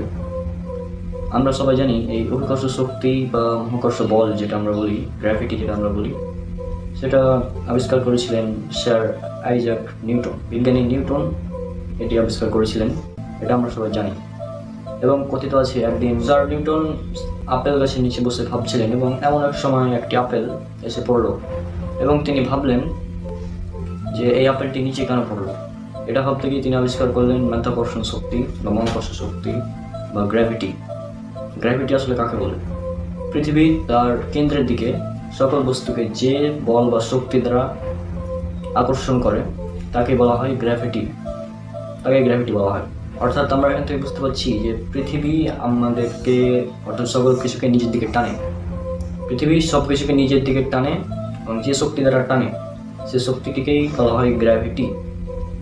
এবার দেখি পবিত্র কোরআন এই গ্র্যাভিটি সম্পর্কে আমাদের কী তথ্য দেয়। এটা উল্লেখ করা হয়েছে পবিত্র কোরআনের সূরা মুরসালাত সূরা নম্বর ৭৭ আয়াত নম্বর ২৫। এখানে আল্লাহ তাআলা বলছেন, আল্লাহ তাআলা আমাদের প্রশ্ন করছেন, আমি কি পৃথিবীকে ধারণকারী রূপে বানাইনি? অর্থাৎ আল্লাহ এখানে বলছেন পৃথিবীটা কি আকর্ষণকারী নয়, পৃথিবীটা কি ধারণকারী নয়। অর্থাৎ আল্লাহ এখানে প্রশ্ন করছেন পৃথিবীকে তিনি ধারণকারী রূপে বানিয়েছেন এবং সেটাই আমাদেরকে প্রশ্ন করছেন। আজ থেকে ১,৫০০ বছর আগে কেউ কি এটা বলতে পারতো যে পৃথিবী আকর্ষণকারী বা পৃথিবী সব কিছুকে নিজের দিকে টানে? এই কথা আজ থেকে ১,৫০০ বছর আগে কে বলতে পারে? এটা তিনিই পারেন যিনি এর স্রষ্টা, আল্লাহ সুবহানাহু ওয়া তাআলা। পরবর্তীতে বিজ্ঞানীরা যখন এই বিষয়ে খোঁজ করতে যান কী কারণে এই মাধ্যাকর্ষণ শক্তির সৃষ্টি হয়, তখন তারা দেখতে পান যে পৃথিবীর অভ্যন্তরে অনেক ভারী ভারী বস্তু আছে, নিকেল, লোহা, তারপর আরও অনেক ভারী ভারী বস্তু আছে, যে কারণে এই পৃথিবী একটি ম্যাগনেটিক তো চৌম্বক শক্তি লাভ করে, আর এই কারণেই পৃথিবীতে মাধ্যাকর্ষণ শক্তির সৃষ্টি হয়। এটা পরবর্তীতে বিজ্ঞানীরা আবিষ্কার করেন এবং এ বিষয়েও পবিত্র কোরআন আমাদের স্পষ্টভাবে ধারণা দিচ্ছে। এটা উল্লেখ করা আছে পবিত্র কোরআন সূরা জিলজাল সূরা নম্বর 99 আয়াত 1 থেকে 3। এখানে আল্লাহ সুবহানাহু ওয়া তাআলা বলছেন, যখন পৃথিবী কম্পিত হবে এবং পৃথিবী তার বোঝা বের করে দেবে, আর মানুষ বলবে, হাই, এর কি হলো? অর্থাৎ এই আয়াত থেকে বোঝা যাচ্ছে পৃথিবীর ভিতরে অনেকগুলো বোঝা আছে এবং এই বোঝাগুলো কিয়ামতের দিন যখন পৃথিবী কম্পিত হবে তখন বের করে দিবে এবং পৃথিবী তখন হয়ে যাবে মাধ্যাকর্ষণহীন। আরও উল্লেখ আছে সূরা ইনশিকাক সূরা নম্বর 84 আয়াত নম্বর 3 এবং 4।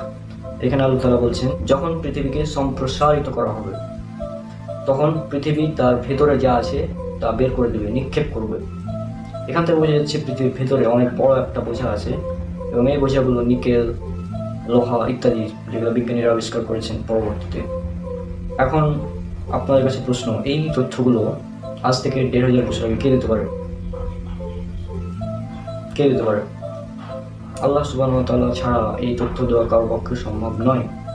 কারণ পবিত্র কোরআন নাজিল হয়েছে এমন এক সময় যখন বিজ্ঞানের মানুষ কিছুই জানতো না।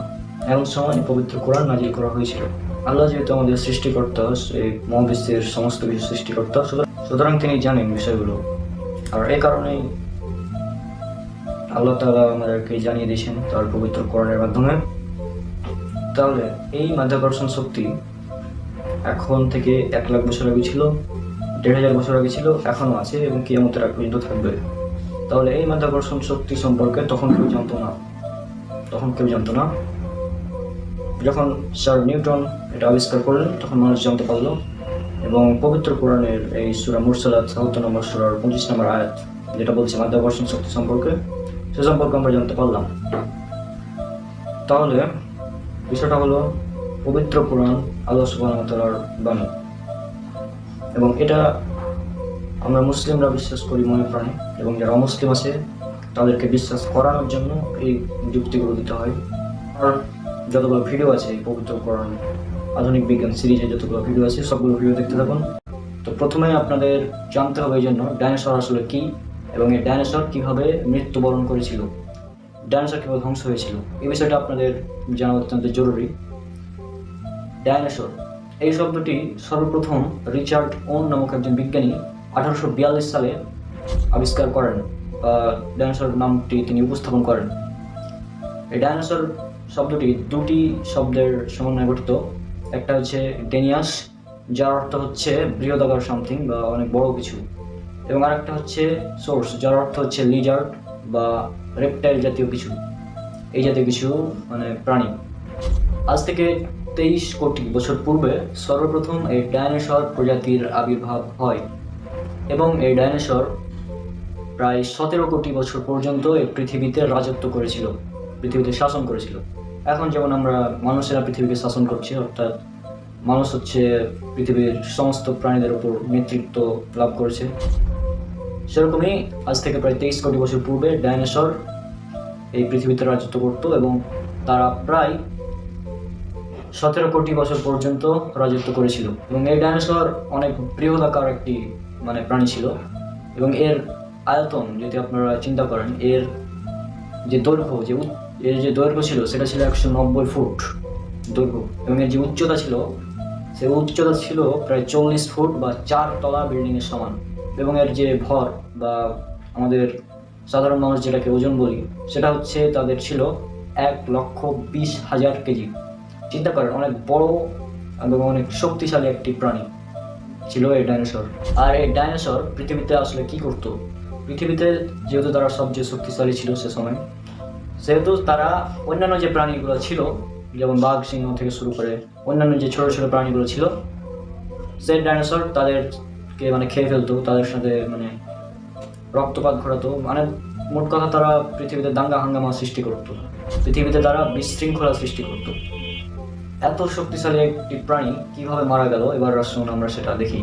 ধারণা করা হয় আজ থেকে প্রায় 6,60,00,000 বছর পূর্বে, 6.6 কোটি বছর পূর্বে, একটি 10 কিলোমিটার ডায়ামিটার সাইজের একটি অ্যাস্টেরয়েড পৃথিবীতে আঘাত করে। অ্যাস্টেরয়েড বলতে আমরা যেটাকে গ্রহাণু বা উল্কা বলি সেটা, এবং এটা পৃথিবীতে আঘাত করে মেক্সিকোর দক্ষিণ পূর্বাঞ্চলে উকাটান নামক একটি উপদ্বীপে, এবং এটি আঘাত করার পর প্রায় 180 কিলোমিটার চওড়া এবং 20 কিলোমিটার গভীরের একটি বিশাল গর্ত তৈরি হয়। বিশাল উল্কা খাত বলা হয় এটিকে, বিশাল উল্কা খাত তৈরি হয়। এবং এই উল্কা খাতটি তৈরি হওয়ার কারণ যেটা ছিল, এই উল্কাটি যখন পৃথিবীর বায়ুমণ্ডলে প্রবেশ করে তখন এর গতিবেগ ছিল প্রায় 1 লক্ষ কিলোমিটার বা 77,000 কিলোমিটার।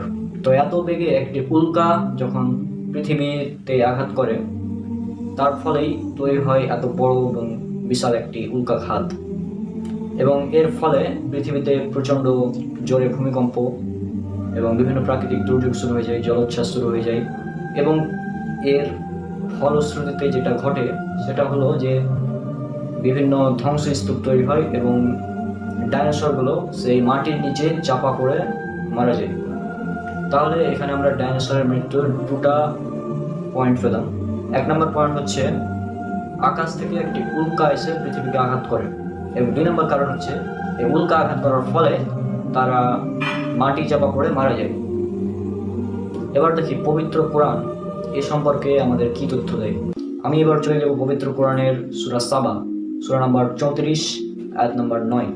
এই আয়াতে আল্লাহ সুবহানাহু ওয়া তাআলা বলছেন, তারা কি তাদের সামনে এবং পেছনে আসমান এবং জমিনে যা আছে তার প্রতি লক্ষ্য করে দেখে না? যদি আমি ইচ্ছা করি তাহলে তাদেরকে সহ ভূমিকে ধসিয়ে দেব, অথবা আসমান থেকে এক খণ্ড তাদের উপর নিক্ষেপ করব। অবশ্যই এতে রয়েছে আল্লাহ ভীরু প্রত্যেক ব্যক্তির, প্রত্যেক বান্দার জন্য নিদর্শন। এ আয়াতে লক্ষ্য করুন, আল্লাহ তাআলা এখানে বলছেন, আল্লাহ তাআলা আমাদের লক্ষ্য করতে বলছেন। আর যখনই আল্লাহ তাআলা লক্ষ্য করতে বলেন তখনই হচ্ছে আল্লাহ তাআলা অলরেডি সেটা ঘটিয়ে ফেলেছেন, কোন এক সময় পূর্বে আল্লাহ তাআলা সেটি ঘটিয়ে ফেলেছেন। এই জন্য আল্লাহ তাআলা সেটা আমাদেরকে লক্ষ্য করতে বলেন। এবং লক্ষ্য করতে বলছেন কি, আল্লাহ সুবহানাহু ওয়া তাআলা যদি চান তাহলে তিনি আসমান থেকে এক খণ্ড নিক্ষেপ করতে পারেন এবং তিনি ভূমি সহ ধসিয়ে দিতে পারেন, যেটা আমরা ডাইনোসরের ক্ষেত্রে দেখেছি যে ডাইনোসরের উপর এক খণ্ড উল্কা নিক্ষেপ হয়েছিল, ফলে তারা ভূমি সহ ধসে গিয়েছিল এবং ভূমির মাটির স্তূপের নিচে চাপা পড়ে মারা গিয়েছিল। আর এই আয়াতের শেষের দিকে আল্লাহ তাআলা বলছেন, আর অবশ্যই এতে নিদর্শন রয়েছে আল্লাহ ভীরু প্রতিটি বান্দার জন্য। এবং আল্লাহ তাআলা এখানে নিদর্শন একটি রেখে দিয়েছেন, যে নিদর্শনটা আমরা আজ বুঝতে পারছি কোন নিদর্শনের কথা আল্লাহ তাআলা এখানে বলছেন। আমার কাছে মনে হয় এটা তিনি ডাইনোসরের কথাই বলছেন। আল্লাহ তাআলা যেহেতু বিভিন্ন পবিত্র কোরআনের অনেক আয়াতে বলেছেন, তোমরা কি কোরআন নিয়ে চিন্তা করো না, তোমাদের অন্তর কি তালাবদ্ধ, তোমরা কি বোঝো না, তোমরা কি লক্ষ্য করো না? এভাবে আল্লাহ তাআলা বিভিন্ন আয়াতে বলেছেন আমাদের চিন্তা করতে। সুতরাং আমাদের চিন্তা করতে হবে, এবং আমি চিন্তা ভাবনা করে এটাই পেলাম। এবং আরও একটি আয়াত যেটাও ডাইনোসরের সাথে মিলে যায়, সেটা হচ্ছে আল্লাহ তাআলা পবিত্র কোরআনের সূরা আরাফ, সূরা নম্বর 7, আয়াত নম্বর 56। এখানে আল্লাহ তাআলা বলছেন, পৃথিবীকে কুসংস্কার মুক্ত এবং তাকে ঠিক করার পর তোমরা তাতে দাঙ্গা হাঙ্গামা ফাসাদ সৃষ্টি করো না। অর্থাৎ আল্লাহ তাআলা এখানে বলছেন পৃথিবী আমাদের জন্য ঠিক ছিল না, আমাদের বসবাসের যোগ্য ছিল না এই পৃথিবী। অর্থাৎ পৃথিবীতে এমন কিছু ছিল যারা থাকলে আমরা এই পৃথিবীতে ঠিকভাবে বসবাস করতে পারতাম না, এবং পৃথিবীতে যারা ছিল তারা অবশ্যই দাঙ্গা হাঙ্গামা সৃষ্টি করত। এ কারণে আল্লাহ তাআলা বলছেন পৃথিবীতে এক সময় ছিল, মানে যারা ছিল তারা দাঙ্গা হাঙ্গামা সৃষ্টি করত, এবং আল্লাহ তাআলা এটাকে ঠিক করেছেন। এবং এই ঠিক করার পর আমরা যেন দাঙ্গা হাঙ্গামা সৃষ্টি না করি সেজন্য আল্লাহ আমাদেরকে নির্দেশ দিচ্ছেন। আর ডাইনোসর আমরা জানি অনেক শক্তিশালী ছিল, তাদের কারণে কোনো প্রাণী তখন নিরাপদ ছিল না, তারা প্রত্যেকের উপর রাজত্ব ছিল একটা, কারণ তারা ছিল অনেক শক্তিশালী প্রাণী, অনেক বড় আকারে তারা অনেক বড় ছিল এবং শক্তিশালী ছিল, যার কারণে তারা দাঙ্গা হাঙ্গামা সৃষ্টি করত। এবং আল্লাহ তাআলা এই জন্য বলছেন যে তাদেরকে ধ্বংস করে আল্লাহ তাআলা সেখানে ঠিক করেছেন, পৃথিবীকে আমাদের বসবাসযোগ্য করেছেন, পৃথিবীকে আমাদের বসবাসযোগ্য করেছেন আল্লাহ তাআলা। কারণ ডাইনোসর যদি থাকতো তাহলে আমরা এখানে থাকতে পারতাম না, কারণ ডাইনোসর অনেক শক্তিশালী প্রাণী। এবং চিন্তা করেন আপনি, আপনার সামনে যদি 4 তলা বিল্ডিং এর সমান 190 ফিট একটা বড় প্রাণী হঠাৎ করে চলে আসে, তাহলে আপনি সেখানে টিকতে পারবেন? অবশ্যই না। এ কারণেই আল্লাহ তাআলা বলেছেন পৃথিবীকে ঠিক করার পর, অর্থাৎ ডাইনোসরদের ধ্বংস করে আল্লাহ তাআলা আমাদের জন্য পৃথিবীকে উপযোগী করে দিয়েছেন। এরপর আরো একটি আয়াতের দিকে যদি আপনারা লক্ষ্য করেন, সেটা হচ্ছে সূরা বাকারা সূরা নম্বর 2 আয়াত নম্বর 30।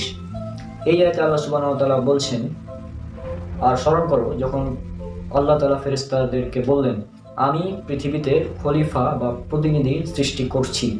তখন ফেরেশতারা আল্লাহ তাআলাকে বলল, আপনি কি এমন কাউকে সৃষ্টি করবেন যে কিনা পৃথিবীতে দাঙ্গা হাঙ্গামা সৃষ্টি করবে, রক্তপাত করবে? অথচ আমরাই তো আপনার ইবাদত করছি, আপনার পবিত্রতা ঘোষণা করছি। তখন আল্লাহ তাআলা বললেন, আমি যা জানি তোমরা তা জানো না।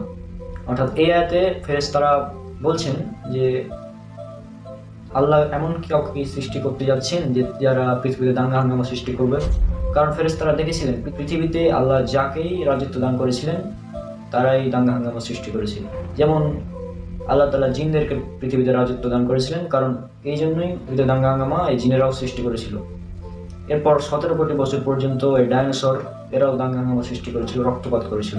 ফেরেশতারা এটা জানতেন, সেজন্যই আল্লাহকে প্রশ্ন করেছিলেন, আপনি কি এমন কাউকে সৃষ্টি করতে যাচ্ছেন যারা পৃথিবীতে দাঙ্গা হাঙ্গামা সৃষ্টি করবে? এই আয়াতটি অ্যাকচুয়ালি জিনদের উদ্দেশ্যে নাজিল করা হয়েছিল, কিন্তু পবিত্র কোরআনের একটি আয়াত বিভিন্ন প্রেক্ষাপটে নাজিল হয়, একটি আয়াত অনেকগুলো প্রেক্ষাপটে নাজিল হয়।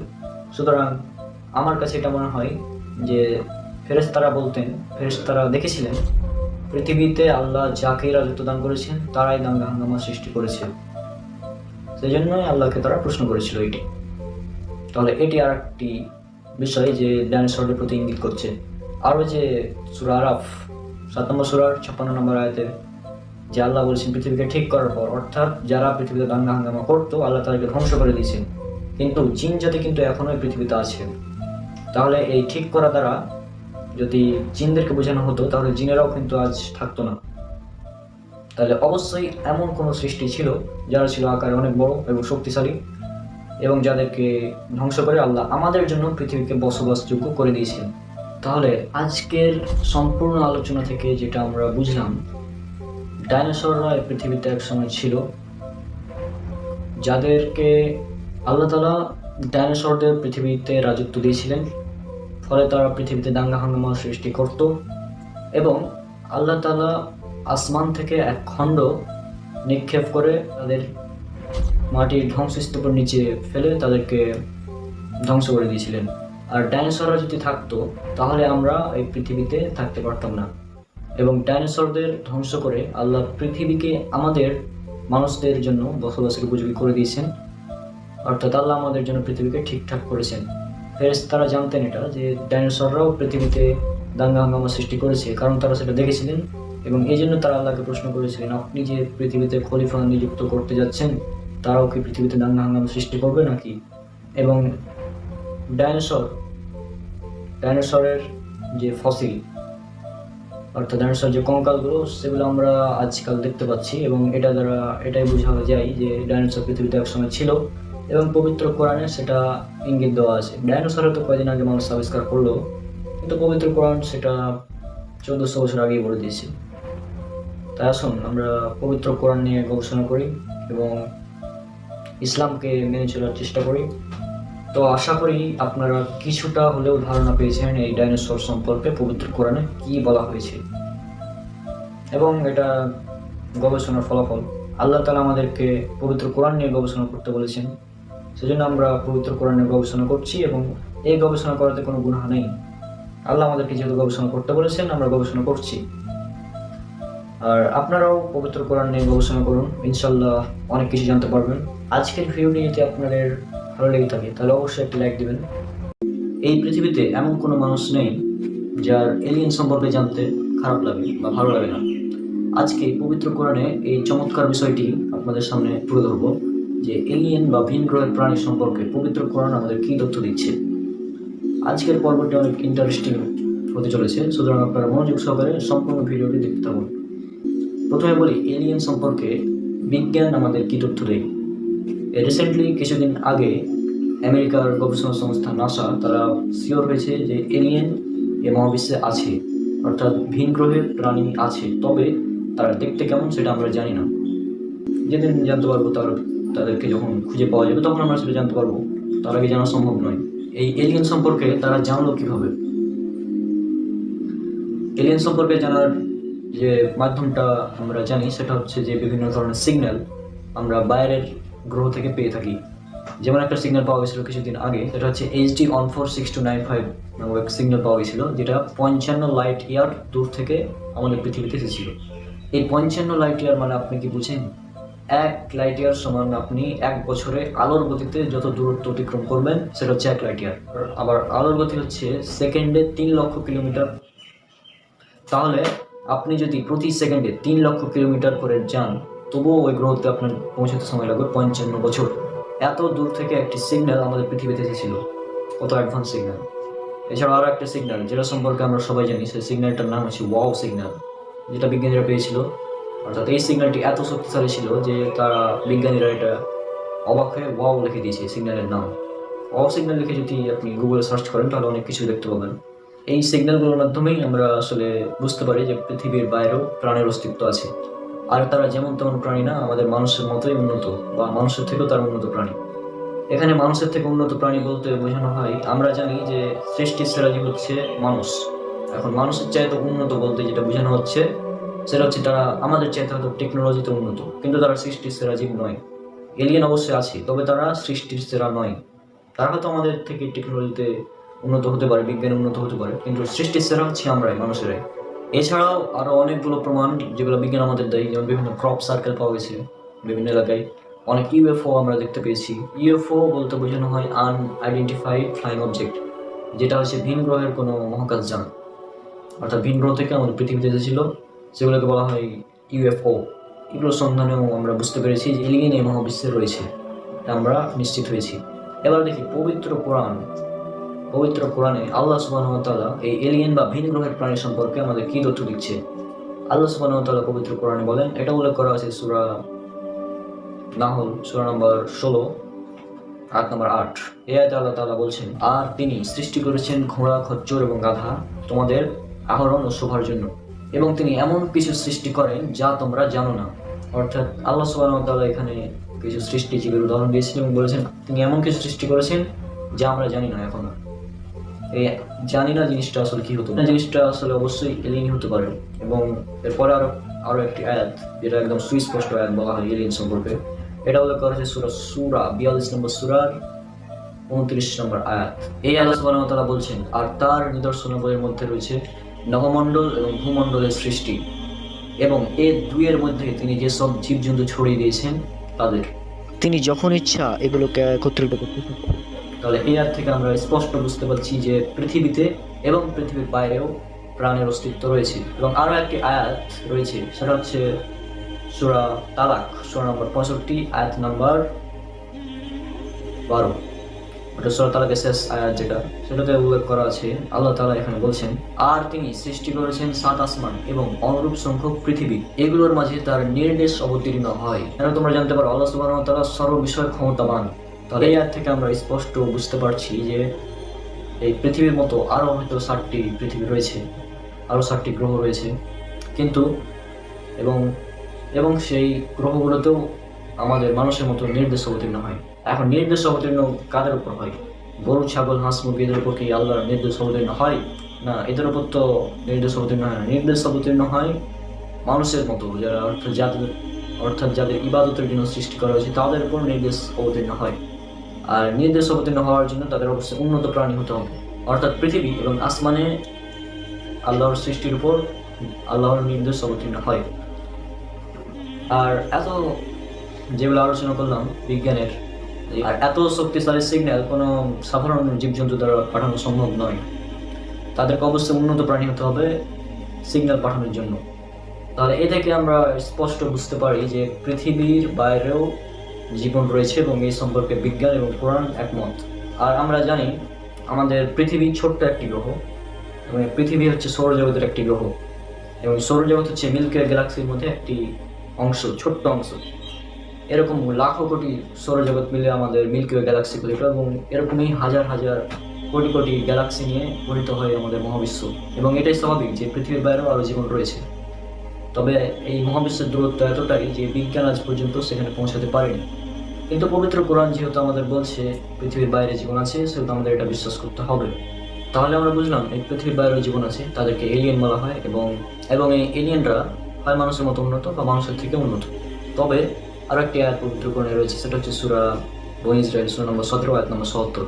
ইয়াতে আল্লাহ তাআলা বলছেন, আর আমি তো আদম সন্তানদের সম্মানিত করেছি এবং আমি তাদেরকে স্থলে এবং সমুদ্রে বাহন দিয়েছি এবং তাদেরকে দিয়েছি উত্তম রিজক।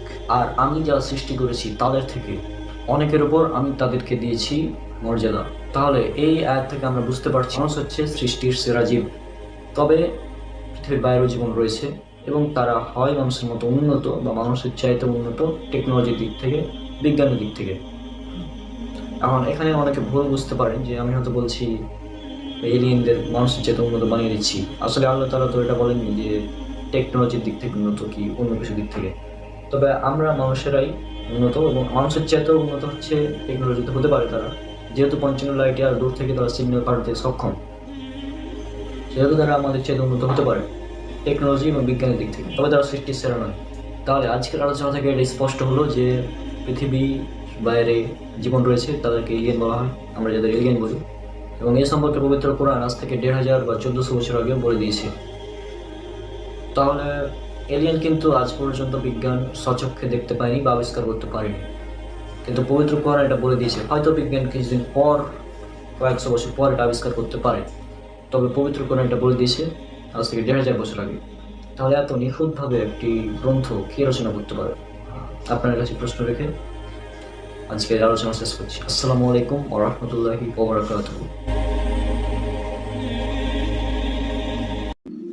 ফিঙ্গারপ্রিন্ট এটি এমন একটি বিষয় যা প্রতিটি মানুষের জন্য আলাদা, অর্থাৎ ইউনিক। এটি একটি মানুষের ইউনিক বৈশিষ্ট্য। কারোর সাথে কারো ফিঙ্গারপ্রিন্ট বা আঙ্গুলের ছাপ এটা মিল করবে না, ও ম্যাচ করবে না। এবং এই বিষয়টা আজ থেকে 1400 বছর আগে কিন্তু কারো জানা ছিল না। 1880 সাল থেকে নিয়ে 1892 সালে সর্বপ্রথম ফিঙ্গারপ্রিন্ট আবিষ্কার করেন ইংল্যান্ডের বিজ্ঞানী স্যার ফ্রান্সিস গোল্ড। এবং এরপরে মানুষ জানতে পারে যে প্রতিটি মানুষ যে ফিঙ্গারপ্রিন্ট রয়েছে, আঙুলের ছাপ, এটা হচ্ছে ইউনিক বা আলাদা। ইউনিক, কারোর সাথে কারো মিল হবে না। এবং স্যার ফ্রান্সিস গোল্ডের এই আবিষ্কারের পূর্বে মানুষ এটা মনে করতো এটা একটা সাধারণ বিষয়, মানে তারা এটা গুরুত্ব দিত না। কিন্তু এটা যখন আবিষ্কার হলো তখন সবাই জানলো যে আসলে এটা হচ্ছে মানে আলাদা, প্রত্যেকটি মানুষের জন্য এটি হচ্ছে আলাদা এবং এটি অনেক কাজে বর্তমানে ব্যবহার করা হয়। ফিঙ্গারপ্রিন্টের কাজ কি সেটা তো আপনারা সবাই জানেন। মানুষকে আলাদা আলাদাভাবে শনাক্তকরণে ফিঙ্গারপ্রিন্ট ব্যবহার করা হয়। এবং ফিঙ্গারপ্রিন্টের এই বিষয়টির প্রতি আল্লাহ সুবহানাহু ওয়া তাআলা আজ থেকে প্রায় 1400 বছর আগে ইঙ্গিত দিয়ে দিয়েছেন পবিত্র কোরআনে। একটি অ্যামেজিং বিষয়। তো আজকে পবিত্র কোরআনে দেখি কোন জায়গায় এটা বলা আছে, এই ফিঙ্গারপ্রিন্ট সম্পর্কে তথ্য কোন জায়গায় দেওয়া হয়েছে সেটা আমরা দেখি। আল্লাহ সুবহানাহু ওয়া তাআলা পবিত্র কোরআনের সূরা কিয়ামা অর্থাৎ 75 নম্বর সূরার 3 এবং 4 নম্বর আয়াতে বলছেন, মানুষ কি মনে করে যে আমি তার অস্থিসমূহ একত্র করব না? হ্যাঁ, অবশ্যই আমি তার আঙ্গুলের অগ্রভাগ সমূহ পুনর্বিন্যস্ত করতে সক্ষম। লক্ষ্য করুন আমার 4 নম্বর আয়াতটি, যে অবশ্যই আমি তার আঙ্গুলের অগ্রভাগ পুনর্বিন্যস্ত করতে সক্ষম। আল্লাহ সুবহানাহু ওয়া তাআলা এখানে ফিঙ্গারপ্রিন্টকে নির্দেশ করছেন, যে আঙ্গুলের অগ্রভাগ অর্থাৎ আমাদের ফিঙ্গারপ্রিন্টে যেখানে থাকে সেই কথাটাই বলছেন। যে বিচার দিবসে যখন মানুষকে আবার আল্লাহ সুবহানাহু ওয়া তাআলা কবর থেকে উঠিয়ে নিয়ে আসবেন মাটির নিচ থেকে, তখন আল্লাহ মানুষকে উদ্দেশ্য করে বলছেন যে মানুষ কি মনে করে যে আমি তার অস্থিসমূহ একত্র করব না, কিন্তু আমি তো তার আঙ্গুলের অগ্রভাগ সমূহ পুনর্বিন্যস্ত করতে সক্ষম। অর্থাৎ আল্লাহ সুবহানাহু ওয়া তাআলা বলছেন যে আমি তো তোমাদের ইউনিক বৈশিষ্ট্য একত্র করে দিতে পারবো। অর্থাৎ তোমাদের যে একটা ইউনিক আইডি আছে ফিঙ্গারপ্রিন্ট, সেটাও আমি একত্রিত করতে সক্ষম। এটা হচ্ছে একটা ইউনিক বৈশিষ্ট্য, কারোর সাথে কারো ম্যাচ করে না। এবং বিচার দিবসে একজন মানুষ সে তার হুবহু সেই দেহে ফিরে পাবে, এমনকি তার আঙ্গুলের ছাপ পর্যন্ত ফিরে পাবে। সুতরাং আল্লাহ সুবহানাহু ওয়া তাআলা বলছেন যে আল্লাহ তাআলা তিনি মানুষের আঙ্গুলের অগ্রভাগ পুনর্বিন্যস্ত করতে সক্ষম, অর্থাৎ প্রতিটি মানুষ তার ফিঙ্গারপ্রিন্টও সেদিন ফিরে পাবে কিয়ামতের দিন। তাহলে এই বিষয়টি পবিত্র কোরআনে ফিঙ্গারপ্রিন্টের মতো একটি গুরুত্বপূর্ণ বৈজ্ঞানিক বিষয়ে প্রতি কে ইঙ্গিত দিতে পারে আজ থেকে 1400 বছর আগে? নিশ্চয়ই আল্লাহ সুবহানাহু ওয়া তাআলা ছাড়া এটা কারোর পক্ষে বলা সম্ভব নয়, অসম্ভব। আল্লাহ সুবহানাহু ওয়া তাআলা ছাড়া এটা কেউ বলতে পারে না। পবিত্র কোরআনে এমনই আরও অনেক বৈজ্ঞানিক বিষয় রয়েছে, ইনশাল্লাহ ভবিষ্যতে আমি সেগুলো নিয়ে উপস্থিত হব।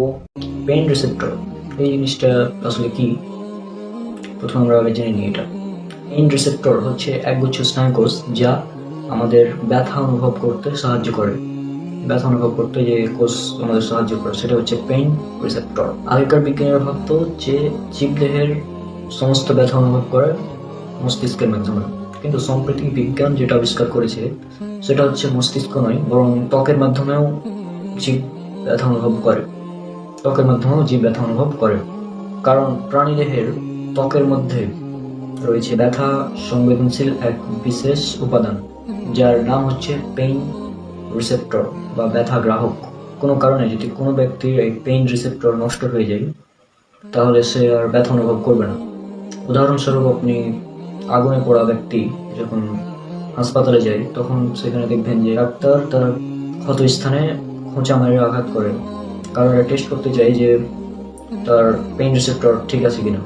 যদি সে ব্যথা অনুভব করে তাহলে পেইন রিসেপ্টর ঠিক আছে, আর যদি ব্যথা অনুভব না করে তাহলে তার পেইন রিসেপ্টর ঠিক নেই। তাহলে বোঝা গেল বিজ্ঞান সম্প্রতি বলছে পেইন রিসেপ্টর অর্থাৎ ত্বকের মাধ্যমে আমরা ব্যথা অনুভব করি। এবার দেখি পবিত্র কোরআন আমাদের পেইন রিসেপ্টর সম্পর্কে কি তথ্য দিচ্ছে। আমি এবার চলে যাব পবিত্র কোরআনের সূরা নিসা, সূরা নম্বর 4 আয়াত নম্বর 56। এই আয়াতে আল্লাহ সুবহানাহু ওয়া তাআলা বলছেন, নিশ্চয়ই যারা আমার আয়াত সমূহকে অস্বীকার করেছে অচিরেই আমি তাদেরকে প্রবেশ করাবো আগুনে। যখনই তাদের চামড়াগুলো পুড়ে যাবে তখনই আমি তাদেরকে পাল্টে দেব অন্য চামড়া দিয়ে, যাতে তারা আস্বাদন করে আযাব। নিশ্চয় আল্লাহ পরাক্রমশালী প্রজ্ঞাময়। লক্ষ্য করুন, এই আয়াতে আল্লাহ সুবহানাহু ওয়া তাআলা বলছেন যখনই চামড়াগুলো পুড়ে যাবে তখনই আমি তা পাল্টে দেব নতুন চামড়া দিয়ে। তাহলে এই আয়াত দ্বারা আল্লাহ সুবহানাহু ওয়া তাআলা বোঝাতে চাচ্ছেন যে চামড়া পাল্টে দিবেন। তার মানে কি, চামড়া পুড়ে গেলে ব্যথা অনুভব সে করবে না। চামড়া পুড়ে গেলে কিন্তু ব্যথা অনুভব করে না। আপনি লক্ষ্য করবেন যখন কোনো পোড়া রোগীকে আপনি দেখবেন ডাক্তার খোঁচা মারে এবং যদি ব্যথা না করে পুড়ে যাওয়ার কারণে পেইন রিসেপ্টর নষ্ট হয়ে যায়, সেই কারণে ব্যথা অনুভব করে না। তো আল্লাহ সুবহানাহু ওয়া তাআলা এটাই বলছেন যে যখন চামড়া পুড়ে যাবে, অর্থাৎ চামড়া যখন পুড়ে যাবে জাহান্নামের আগুনে, তখন সে আর ব্যথা অনুভব করবে না। সে যেন আযাব বা শাস্তি অনুভব করতে পারে, এই জন্য আল্লাহ সুবহানাহু ওয়া তাআলা আবার চামড়া পাল্টিয়ে দিবেন। তার মানে আল্লাহ সুবহানাহু ওয়া তাআলা এখানে বোঝাতে চাচ্ছেন যে চামড়ার মাধ্যমেই মানুষ ব্যথা অনুভব করে। কত সুন্দরভাবে আল্লাহ সুবহানাহু ওয়া তাআলা আমাদের বিষয়টি বুঝিয়ে দিয়েছেন, চামড়ার মাধ্যমে ব্যথা অনুভব করে। আজ থেকে 10,000 বছর আগে কারো পক্ষে কি এই কথা বলা সম্ভব যে মানুষ চামড়ার মাধ্যমে ব্যথা অনুভব করে? বিজ্ঞান তো বলছিল, মানুষ আগে বলছিল যে মস্তিষ্কে ব্যথা যখন অনুভূত হয় তখন মানুষ ব্যথা অনুভব করে, কিন্তু না, বর্তমান আধুনিক বিজ্ঞান আমাদের বলছে চামড়ার মাধ্যমে, পেইন রিসেপ্টরের মাধ্যমে ব্যথা অনুভব করে। আর এই বিষয়টি পবিত্র কোরআনে খুবই সুন্দরভাবে আল্লাহ সুবহানাহু ওয়া তাআলা উপস্থাপন করে দিয়েছেন। তো আজকের ভিডিও এই পর্যন্তই। যদি ভিডিওটি ভালো লেগে থাকে একটা লাইক দিবেন এবং বন্ধুদের সাথে শেয়ার করবেন, আর চ্যানেলটি সাবস্ক্রাইব করে আমার সাথেই থাকবেন। ইনশাল্লাহ এরকমই আরও নতুন নতুন ভিডিও, কোরআনে, আধুনিক বিজ্ঞান, আরও বিভিন্ন বিষয়ে ভিডিও আসতে ইনশাআল্লাহ। আল্লাহ সবাইকে শান্তিতে রাখুন। আসসালামু আলাইকুম ওয়া রাহমাতুল্লাহি ওয়া বারাকাতুহু।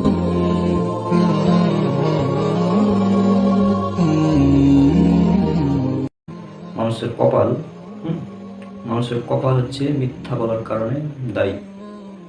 অর্থাৎ মানুষ যে মিথ্যা কথা বলে এর জন্য দায়ী হচ্ছে মানুষের কপাল বা সামনের মস্তিষ্ক বা মস্তিষ্কের সামনের অংশ। তো প্রথমে আমরা জানবো এই সম্পর্কে বিজ্ঞান আমাদের কি বলে, তারপরে আসছে পবিত্র কোরআনে। রিসেন্টলি একটি গবেষণা থেকে জানা গেছে যে মস্তিষ্কের সামনের অংশ মিথ্যা কথা বলে। এই গবেষণায় দেখা গেছে যে মস্তিষ্কের সামনের অংশ অর্থাৎ টার্সো ল্যাটারাল প্রিফ্রন্টাল কর্টেক্স নামক একটি অংশ দায়ী, এবং এই অংশটি রয়েছে মস্তিষ্কের একদম সামনে, অর্থাৎ আমাদের কপাল যেখানে রয়েছে সেখানে রয়েছে এই অংশটি। যুক্তরাষ্ট্রের ভার্জিনিয়ার টেক করেলিয়ন রিসার্চ ইনস্টিটিউটের গবেষক লুসা ঝু বলেন, গড়পড়তা মানুষ সাধারণত মিথ্যা অপছন্দ করে এবং এড়িয়ে চলে, কিন্তু যাদের ডার্সো ল্যাটারাল প্রিফ্রন্টাল কর্টেক্স ত্রুটিপূর্ণ তারা খুব সহজেই মিথ্যা কথা বলে। এবং আরও একদল বিজ্ঞানী এটাও প্রমাণ করেন যে মস্তিষ্কের এই সামনের অংশটি মিথ্যা বলার জন্য দায়ী, অর্থাৎ যাদের ডার্সো ল্যাটারাল প্রিফ্রন্টাল কর্টেক্স ত্রুটিপূর্ণ তারা মিথ্যা কথা বলে। তো আমরা এখন দেখব পবিত্র কোরআনে এই সম্পর্কে কি বলা হয়েছে। আসুন দেখি এবার কোরআনের মিরাকেলটা। আল্লাহ সুবহানাহু ওয়া তাআলা পবিত্র কোরআনে বলছেন, এটা উল্লেখ করা আছে সূরা আলাক সূরা নম্বর 96 আয়াত নম্বর 16। এখানে আল্লাহ সুবহানাহু ওয়া তাআলা বলছেন, মিথ্যাবাদী পাপিষ্ঠ কপাল। জাস্ট একবার চিন্তা করুন, মিথ্যাবাদী পাপিষ্ঠ কপাল, অর্থাৎ আল্লাহ সুবহানাহু ওয়া তাআলা এখানে বলছেন মানুষের কপাল হচ্ছে মিথ্যা বলার জন্য দায়ী, অর্থাৎ মস্তিষ্কের সামনের অংশ, অর্থাৎ যাদের ডার্সো ল্যাটারাল প্রিফ্রন্টাল কর্টেক্স ত্রুটিপূর্ণ বা এই অংশটি হচ্ছে মিথ্যা বলার জন্য দায়ী। এছাড়াও মানুষ সাধারণত সত্য কথাই বলে, তবে মিথ্যা বলে যখন তাদের ডার্সো ল্যাটারাল প্রিফ্রন্টাল কর্টেক্স যেটা রয়েছে একদম কপালের এখানে, সেটা হচ্ছে মিথ্যা কথা বলার জন্য দায়ী। একবার চিন্তা করুন, জাস্ট আজ থেকে 1400 বছর আগে এই তথ্যটি কে বলতে পারে যে মানুষের কপাল মিথ্যা বলার জন্য দায়ী? Just amazing. পবিত্র কোরআনে আধুনিক বিজ্ঞান এই সিরিজটি ইনশাল্লাহ এখন থেকে নিয়মিতভাবে চলতে থাকবে, অর্থাৎ আজকে 14তম পর্ব হলো, এভাবে একদিন পর একদিন, অর্থাৎ আগামীকাল নয় তার পরের দিন পর্ব 15, এভাবে ইনশাল্লাহ এই সিরিজটি শেষ করতে যাচ্ছি। কারণ এই সিরিজে প্রায় 100-এরও বেশি ভিডিও হতে পারে, 100-এরও বেশি। তো আশা করি আপনারা আমার সাথে থাকবেন এবং ভিডিওগুলো দেখবেন, এবং বিশেষ করে পবিত্র কোরআনে আধুনিক বিজ্ঞান এই সিরিজের ভিডিওগুলো বেশি দেখবেন। কারণ নাস্তিক এবং অমুসলিমদের যখন ইসলামের দাওয়াত দেবেন তখন এই সিরিজটা কাজে আসবে। তো আজকের ভিডিও পর্যন্তই। পবিত্র কোরআনে স্পিড অফ লাইট, অর্থাৎ আলোর গতিবেগ, পবিত্র কোরআনের একটি মাত্র আয়াত দিয়ে আজকে আমরা আলোর গতিবেগ নির্ণয় করব। তো ভিডিওটা দেখে আপনারা অনেক অবাক হতে পারেন। তো আজকের ভিডিওটা সম্পূর্ণ দেখবেন। তো আমরা ভিডিওটা শুরু করি। প্রথমে বলি, আলোর গতিবেগ হচ্ছে 2,99,792 কিলোমিটার পার সেকেন্ড। আর আমরা সবাই মাসের যে হিসাবটা করি সেটা হচ্ছে চাঁদ দেখে। যেমন যখন রোজা আসে তখন আমরা বলি আজকে চাঁদ উঠেছে কিনা, তারপর ঈদের আগে আমরা দেখি চাঁদ উঠেছে কিনা, অর্থাৎ মাসের হিসাবটা আমরা করি চাঁদ দিয়ে, চাঁদ দেখে আমরা মাসের হিসাবটা করি। তো এখন আমরা দেখি পবিত্র কোরআনের একটি আয়াত।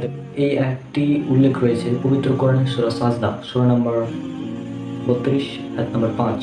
এই আয়াতে আল্লাহ সুবহানাহু ওয়া তাআলা বলছেন, তিনি আসমান থেকে জমিন পর্যন্ত সমস্ত কার্য পরিচালনা করেন, তারপর তা একদিন তার কাছেই উঠবে, যে দিনের পরিমাণ হবে তোমাদের গণনায় 1000 বছরের সমান। আল্লাহর কাছে একদিন আমাদের কাছে 1000 বছর। অর্থাৎ আমাদের গণনায় একদিন 1000 বছর। এই তিনটা শব্দ মনে রাখবেন, আমাদের গণনায় একদিন এবং 1000 বছর। এই আয়াতের সাহায্যে আমরা এখন আলোর গতিবেগ নির্ণয় করে ফেলব। তো চলুন শুরু করি। গতিবেগ নির্ণয় করার জন্য আমাদের কি করতে হবে? আমাদের গতিবেগ আমরা জানি সমান দূরত্ব বাই সময়, বেগ V equal T by T, অর্থাৎ দূরত্ব বাই সময়, ডিস্টেন্স বাই টাইম। এটা যদি করি, যারা সায়েন্সের স্টুডেন্ট আছেন তারা এটা বুঝতে পারবেন ভালো। তাহলে গতিবেগ নির্ণয় করার জন্য আমাদের করতে হবে দূরত্ব বাই সময়, ঠিক আছে? আমরা জানি একদিন সমান 23 ঘন্টা 56 মিনিট 4.09 সেকেন্ড। তাহলে সম্পূর্ণটাকে সেকেন্ডে কনভার্ট করে আমরা পাচ্ছি 86,164 সেকেন্ড। আর আমরা জানি 1 বছর সমান হচ্ছে 12 মাস, তাহলে 1000 বছর সমান 12,000 মাস। আর আমাদের দূরত্বটা বের করার জন্য তাহলে এই মাসকে আমাদের length of the lunar orbit, অর্থাৎ চাঁদের নিজ অক্ষের ব্যাসার্ধ দ্বারা গুণ করে দিতে হবে, length of the lunar orbit যেটাকে বলা হয়। তো এটা বের করার জন্য আমাদের কী করতে হবে?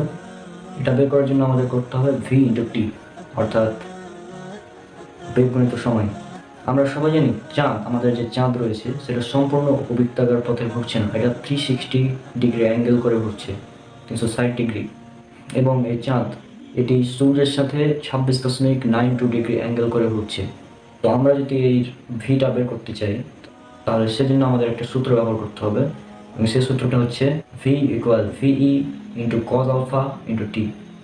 কজ আলফা বা কজ থিটা যেটা ধরুন, এখানে থিটা হচ্ছে থিটা বা আলফা যেটা, এখানে আলফার মান হচ্ছে 26.92 ডিগ্রি, এবং অন্যান্য মানগুলো আপনারা দেখতে পাচ্ছেন। তাহলে এটা যদি আমরা নির্ণয় করি তাহলে এটা আসবে। আর হ্যাঁ, এখানে যে টি, এই টি এর মানটা হচ্ছে, আমরা সবাই জানি চাঁদ পৃথিবীর অক্ষে প্রতি সেকেন্ডে 1.023 কিলোমিটার করে ঘুরছে। আর এটাকে যদি আমরা ঘন্টায় কনভার্ট করি এবং সেই ঘন্টাটা চাঁদের যে 1 মাস হয় সেটার সাথে যদি কনভার্ট করি তাহলে সেটা পাবো আমরা, যেটা আপনারা স্ক্রিনে দেখতে পাচ্ছেন সেটা আমরা পাবো। তাহলে আমরা পুরো যদি লেন্থ অফ দ্য লুনার অরবিটকে 12,000 দিয়ে গুণ করি তাহলে সেই ফলাফলটা আমরা পাচ্ছি। তাহলে লেন্থ অফ দ্য লুনার অরবিটকে 12,000 দিয়ে গুণ করে আমরা দূরত্বটা পেয়ে গেলাম, যেটা আপনারা স্ক্রিনে দেখতে পাচ্ছেন। এবং সময় যেটা আমরা পেয়েছিলাম 86,164 সেকেন্ড। এবার আমরা আলোর গতিবেগটা বের করে ফেলবো, সেটা হচ্ছে দূরত্ব ডিভাইডেড বাই সময় করব। তাহলে আপনারা দেখতে পাচ্ছেন দূরত্ব ভাগ সময় যখন আমরা করলাম তখন আমরা আলোর বেগটা পেয়ে গেলাম 2,99,792 কিলোমিটার পার সেকেন্ড। তাহলে আপনারা দেখতে পেলেন খুব সুন্দরভাবে আমি প্রমাণ করে দিলাম এই আলোর বেগ 2,99,792 কিলোমিটার পার সেকেন্ড, এবং এটা হচ্ছে আলোর একদম এক্স্যাক্টলি যেটা আলোর বেগ। আমরা অনেকে বলি 3 লক্ষ কিলোমিটার, কিন্তু আসলে সেটা 3 লক্ষ না, আসলে সেটা 2,99,792 কিলোমিটার পার সেকেন্ড। এটা হচ্ছে আলোর এক্স্যাক্টলি যেটা বেগ সেটা। আর অনেকে হয়তো ভাবছেন আমি হয়তো নিজে নিজে সূত্র বানিয়ে এটা করলাম, এটা আমার নিজস্ব কোনো সূত্র না, এটা হচ্ছে যারা একদম টপেস্ট লেভেলের সায়েন্টিস্ট তাদের দ্বারা প্রণীত একদম ব্যাখ্যা, এটা সূত্র। তাহলে আজকের ভিডিওটি আশা করি আপনাদের ভালো লেগেছে। একবার চিন্তা করুন, আল্লাহ তো সরাসরি বলে দেবেন না যে পবিত্র কোরআনে যে আলোর বেগ হচ্ছে এত এত কিলোমিটার, তিনি তার মতো করে বলবেন এবং আমাদের সেটা বুঝে নিতে হবে। আল্লাহ সুবহানাহু ওয়া তাআলা পবিত্র কোরআনে বলেছেন, এটা উল্লেখ করা হয়েছে সূরা মুহাম্মদ সূরা নম্বর 47 আয়াত নম্বর 24-এ, যে তারা কি কোরআন নিয়ে গবেষণা করে না, নাকি তারা ভাবে না, তারা কি তাদের অন্তরকে তালাবদ্ধ ইত্যাদি, এরকম অনেক জায়গায় আল্লাহ সুবহানাহু ওয়া তাআলা বলেছেন। আল্লাহ সুবহানাহু ওয়া তাআলা আমাদের কোরআন নিয়ে চিন্তা ভাবনা করতে বলেছেন। আর সূরা ইয়াসিন 36 নম্বর সূরা 2 নম্বর আয়াতে আল্লাহ সুবহানাহু ওয়া তাআলা বলেছেন বিজ্ঞানময় কোরআনের শপথ। 1 থেকে 2 নম্বর আয়াত যদি পড়েন তাহলে সেটা পাবেন বিজ্ঞানময় কোরআনের শপথ। অর্থাৎ কোরআন হচ্ছে বিজ্ঞানময়, এবং আমাদের সেটা খুঁজে নিতে হবে, আমাদের নিজের ব্রেন খাটিয়ে সেটা বের করে নিতে হবে, যাচাই করে নিতে হবে এবং খুঁজে দেখতে হবে। আল্লাহ সুবহানাহু ওয়া তাআলা গবেষণা করতে বলেছেন, কিন্তু আমরা গবেষণা না করে চুপচাপ বসে আছি, এটা আসলে উচিত না। তো আমাদের সবার উচিত কোরআন নিয়ে বেশি বেশি গবেষণা করা। গবেষণা করলে এরকম আরও অনেক ফলাফল বেরিয়ে আসবে ইনশাআল্লাহ। আর আজকের ভিডিওটি যারা সায়েন্সের স্টুডেন্ট তারা হয়তো ভালো মতো বুঝতে পেরেছেন, আবার যারা সায়েন্সের স্টুডেন্ট না তারা হয়তো বুঝতে পারেননি। তা আমি ডেসক্রিপশন বক্সে সুন্দর করে কিছু লিখে রাখবো এই সম্পর্কে, তাহলে আপনারা সেটা পড়লে সেটা ইনশাআল্লাহ বুঝতে পারবেন। তো আজকে ভিডিও পর্যন্তই, দেখা হচ্ছে পরের কোনো ভিডিওতে। ভিডিওটি যদি ভালো লেগে থাকে তাহলে একটি লাইক দেবেন, বন্ধুদের সাথে শেয়ার করবেন, আর চ্যানেলটি সাবস্ক্রাইব করে আমার সাথেই থাকবেন। এবং অনেকে হয়তো দাওয়াতের উদ্দেশ্যে আপনারা আমার ভিডিওগুলো ডাউনলোড করে আপলোড করতে পারেন বিভিন্ন বড় বড় ফেসবুক গ্রুপে, ইউটিউব চ্যানেলে, আপনাদের যেখানে ইচ্ছা সেখানে আপলোড করতে পারেন। তবে উদ্দেশ্য যেন হয় দাওয়াতের উদ্দেশ্যে, আল্লাহ সুবহানাহু ওয়া তাআলার সন্তুষ্টির উদ্দেশ্যে। আল্লাহ সুবহানাহু ওয়া তাআলা আপনাদের সবাইকে শান্তিতে রাখুন। আসসালামু আলাইকুম ওয়া রাহমাতুল্লাহি ওয়া বারাকাতুহু।